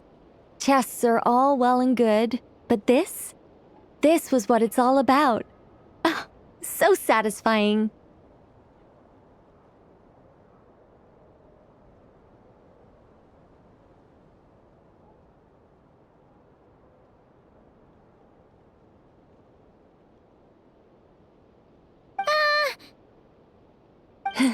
Anyway, I had to go help Alice. It seems like she ran into some trouble. That's why I couldn't be here in person. But don't worry, we're with you in spirit. We'll be celebrating right along with you.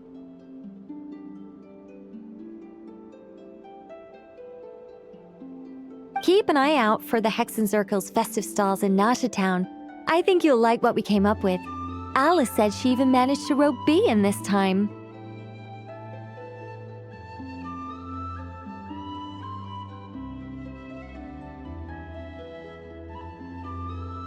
The Frost Moon Scions have also prepared various attractions. I believe Aino, Inefa, and their crew are setting things up as we speak.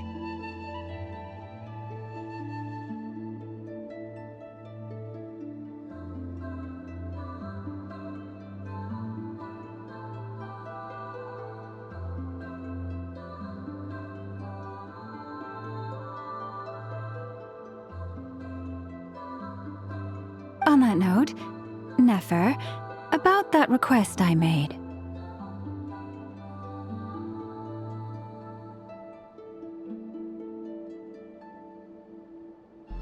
It's all in hand. Yehoda is on site to ensure that everything goes off without a hitch.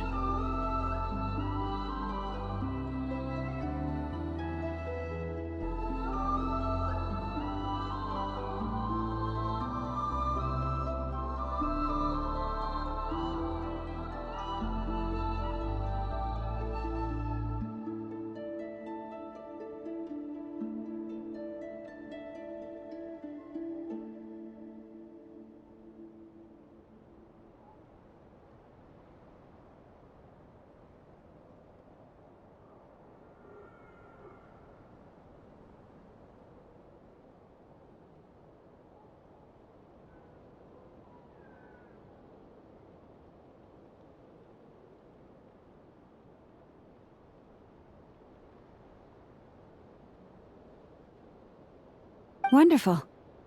In that case, Traveler?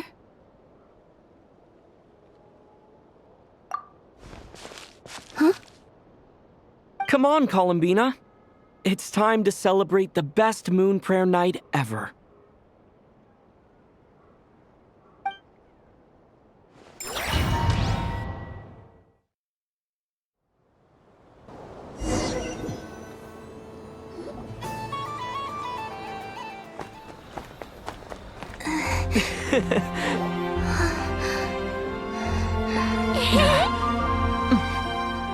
Hey, young lady. Would you like some moon prayer night candy? Happy moon prayer night.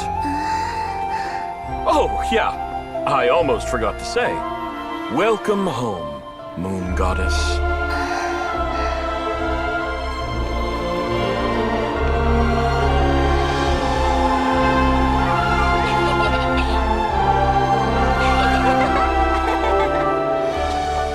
Welcome home, moon goddess. Welcome home, moon goddess. Welcome home, moon goddess. Turning Nasha Town into her home is a festive gift. A rather brilliant idea. Perhaps this is what Nodcry, Columbina's home, should have been like all along.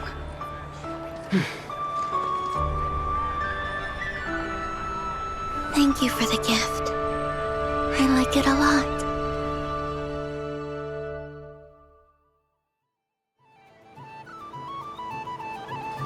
This feels like the surprise of my life.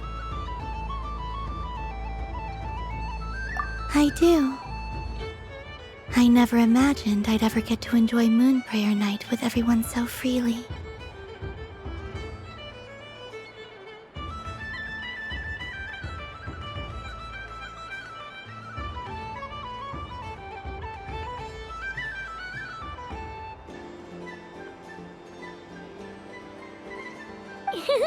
If you're happy, we're happy.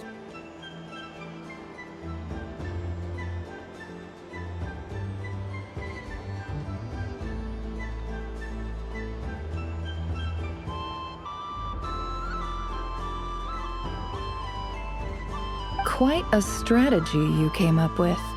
Hide the tree in the forest. It's not your usual style, Lauma. Is there something about Moon Prayer Night that enhances what's in your head as well as the antlers on top?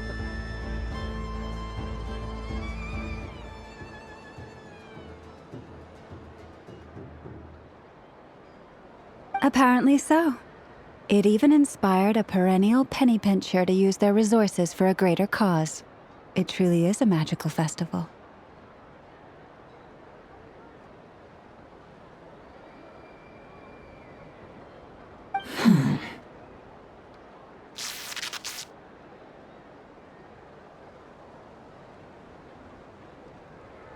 I see it now.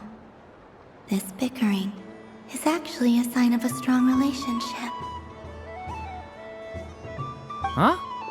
What's everyone doing here? Oh! Miss Columbina, you're back! Yes, I'm fine now. Thanks for your concern. How's your progress with Alice's assignment? Very well indeed. I've never heard her sound so excited.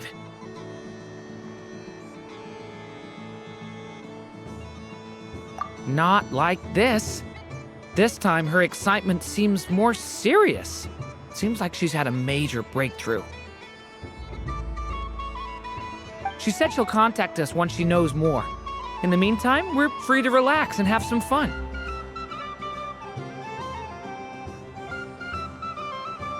Enjoy the time off while it lasts. I have a feeling that our next task won't be so simple.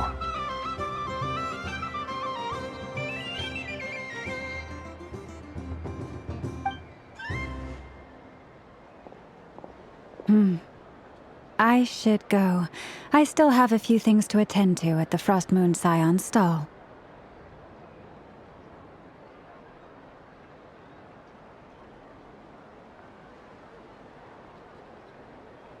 Then I think I'll take a look around. With any luck, this once-in-a-year festival will come with once-in-a-year opportunities.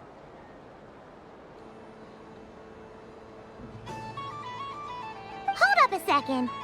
Where's Varka?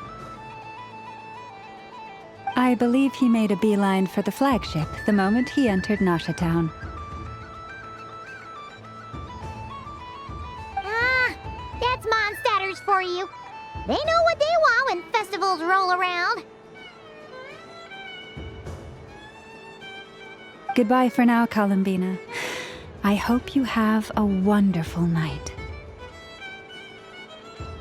I will.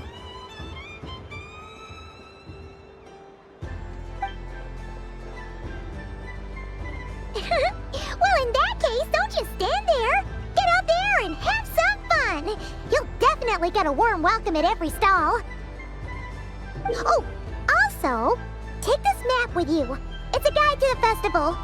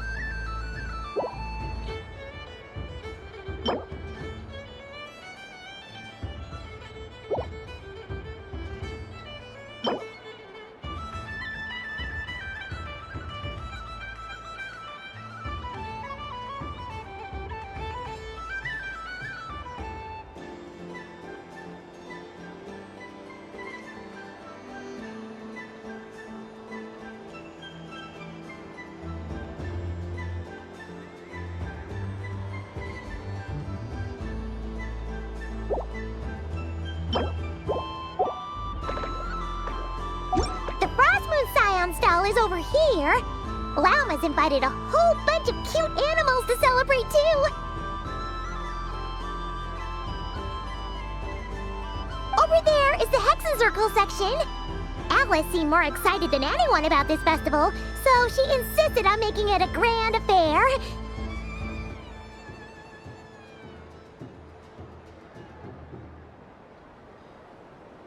Oh, and then there's the Nashitown local specialties, including... Actually, forget that. Better if you go check them out for yourself. Thank you. It looks like a lot of fun. You're not coming with me? We'll be around. But don't you want to browse by yourself for a bit first?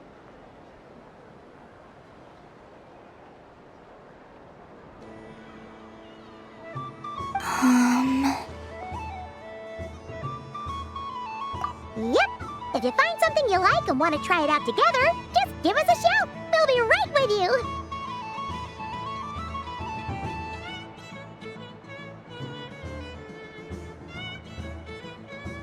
Otherwise, just relax and enjoy yourself.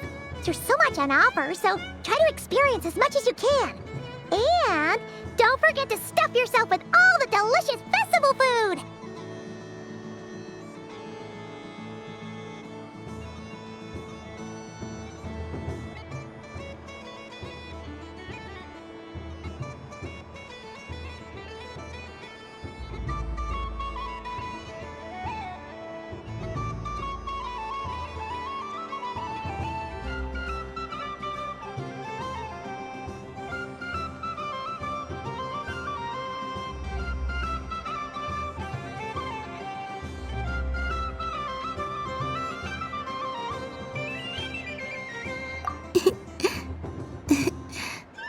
All right then.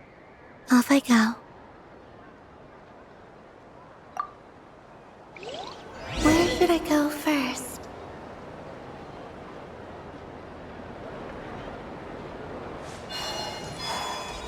There are so many attractions here. Since I rarely get out, I might as well make the most of it. This must be the mage's stall. It feels like I've entered a fairy tale. Ah, how lovely.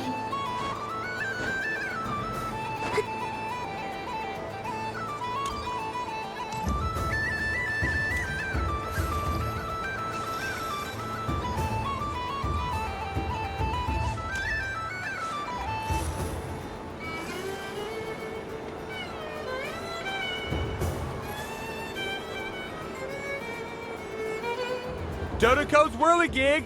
Come check out Dodoco's Whirligig!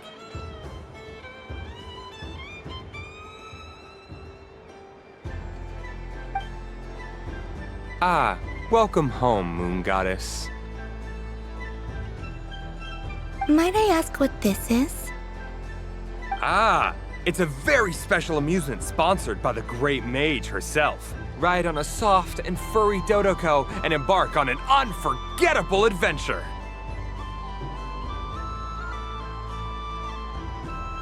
I say that, but I'm just following a script here.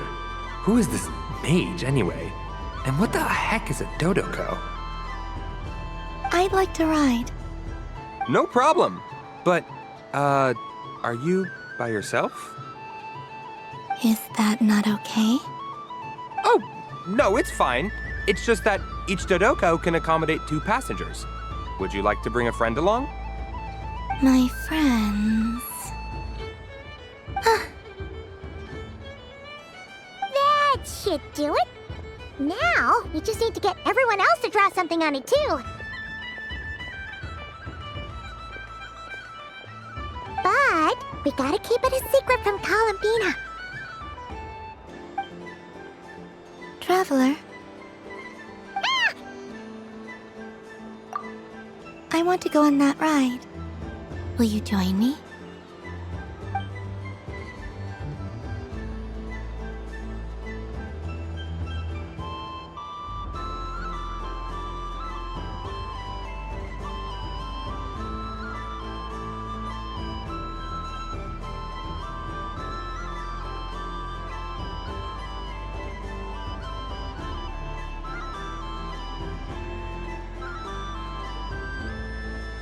Let's go then. Don't worry. Paimon will do the rounds. You go have fun.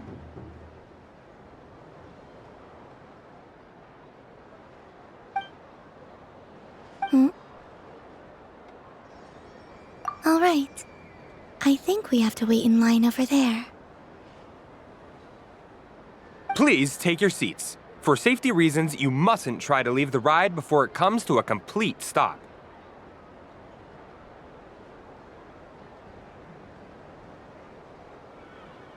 All right, you're all set. I wish you both a wonderful journey.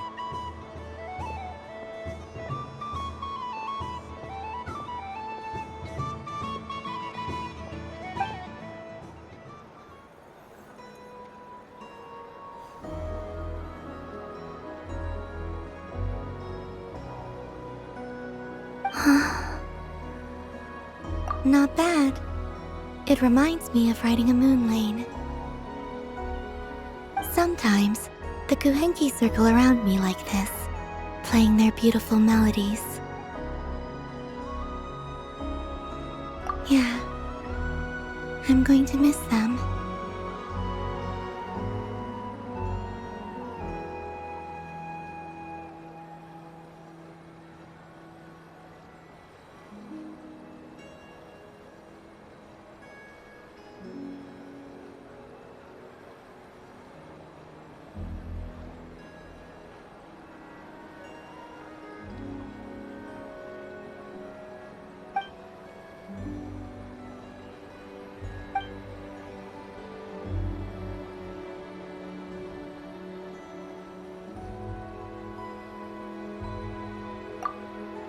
It does. I've felt scared in the past, too. But this is a little different.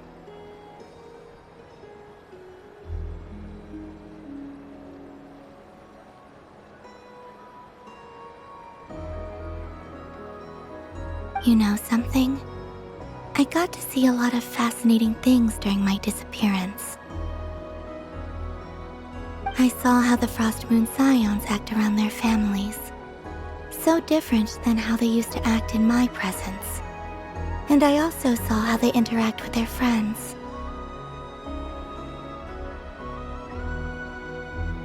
It made me curious at first. Why do people act so sincere when they're worshipping gods, but save their truest, warmest feelings for each other? Slowly, I came to realize that it's because they trust one another. They know, deep down, that they'll be accepted for who they are. All of it. The good and the bad.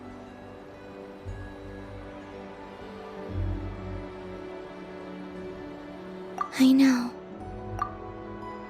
I knew it the moment you started calling out my name.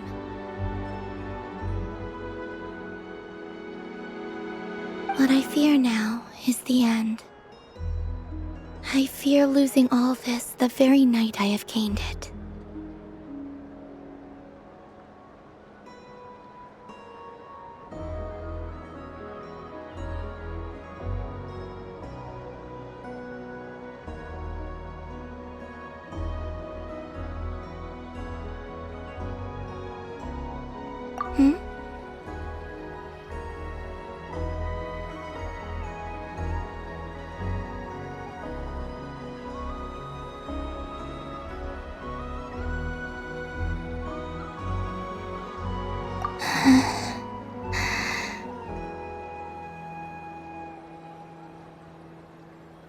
Thank you for this conversation.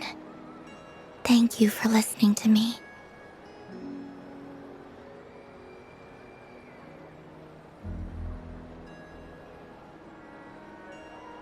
Don't worry. This fear I have, and the unknown that awaits me, they cannot hurt me. Not when I possess a treasure far greater. I just want you to remember this version of me, the real me, on this final night together. Dear passengers, Dodoko's awesome adventure has come to a close. Please leave in an orderly fashion, and we look forward to seeing you again in the future. Don't want the journey to end, huh? Don't worry, you two. There's always another adventure waiting just around the corner.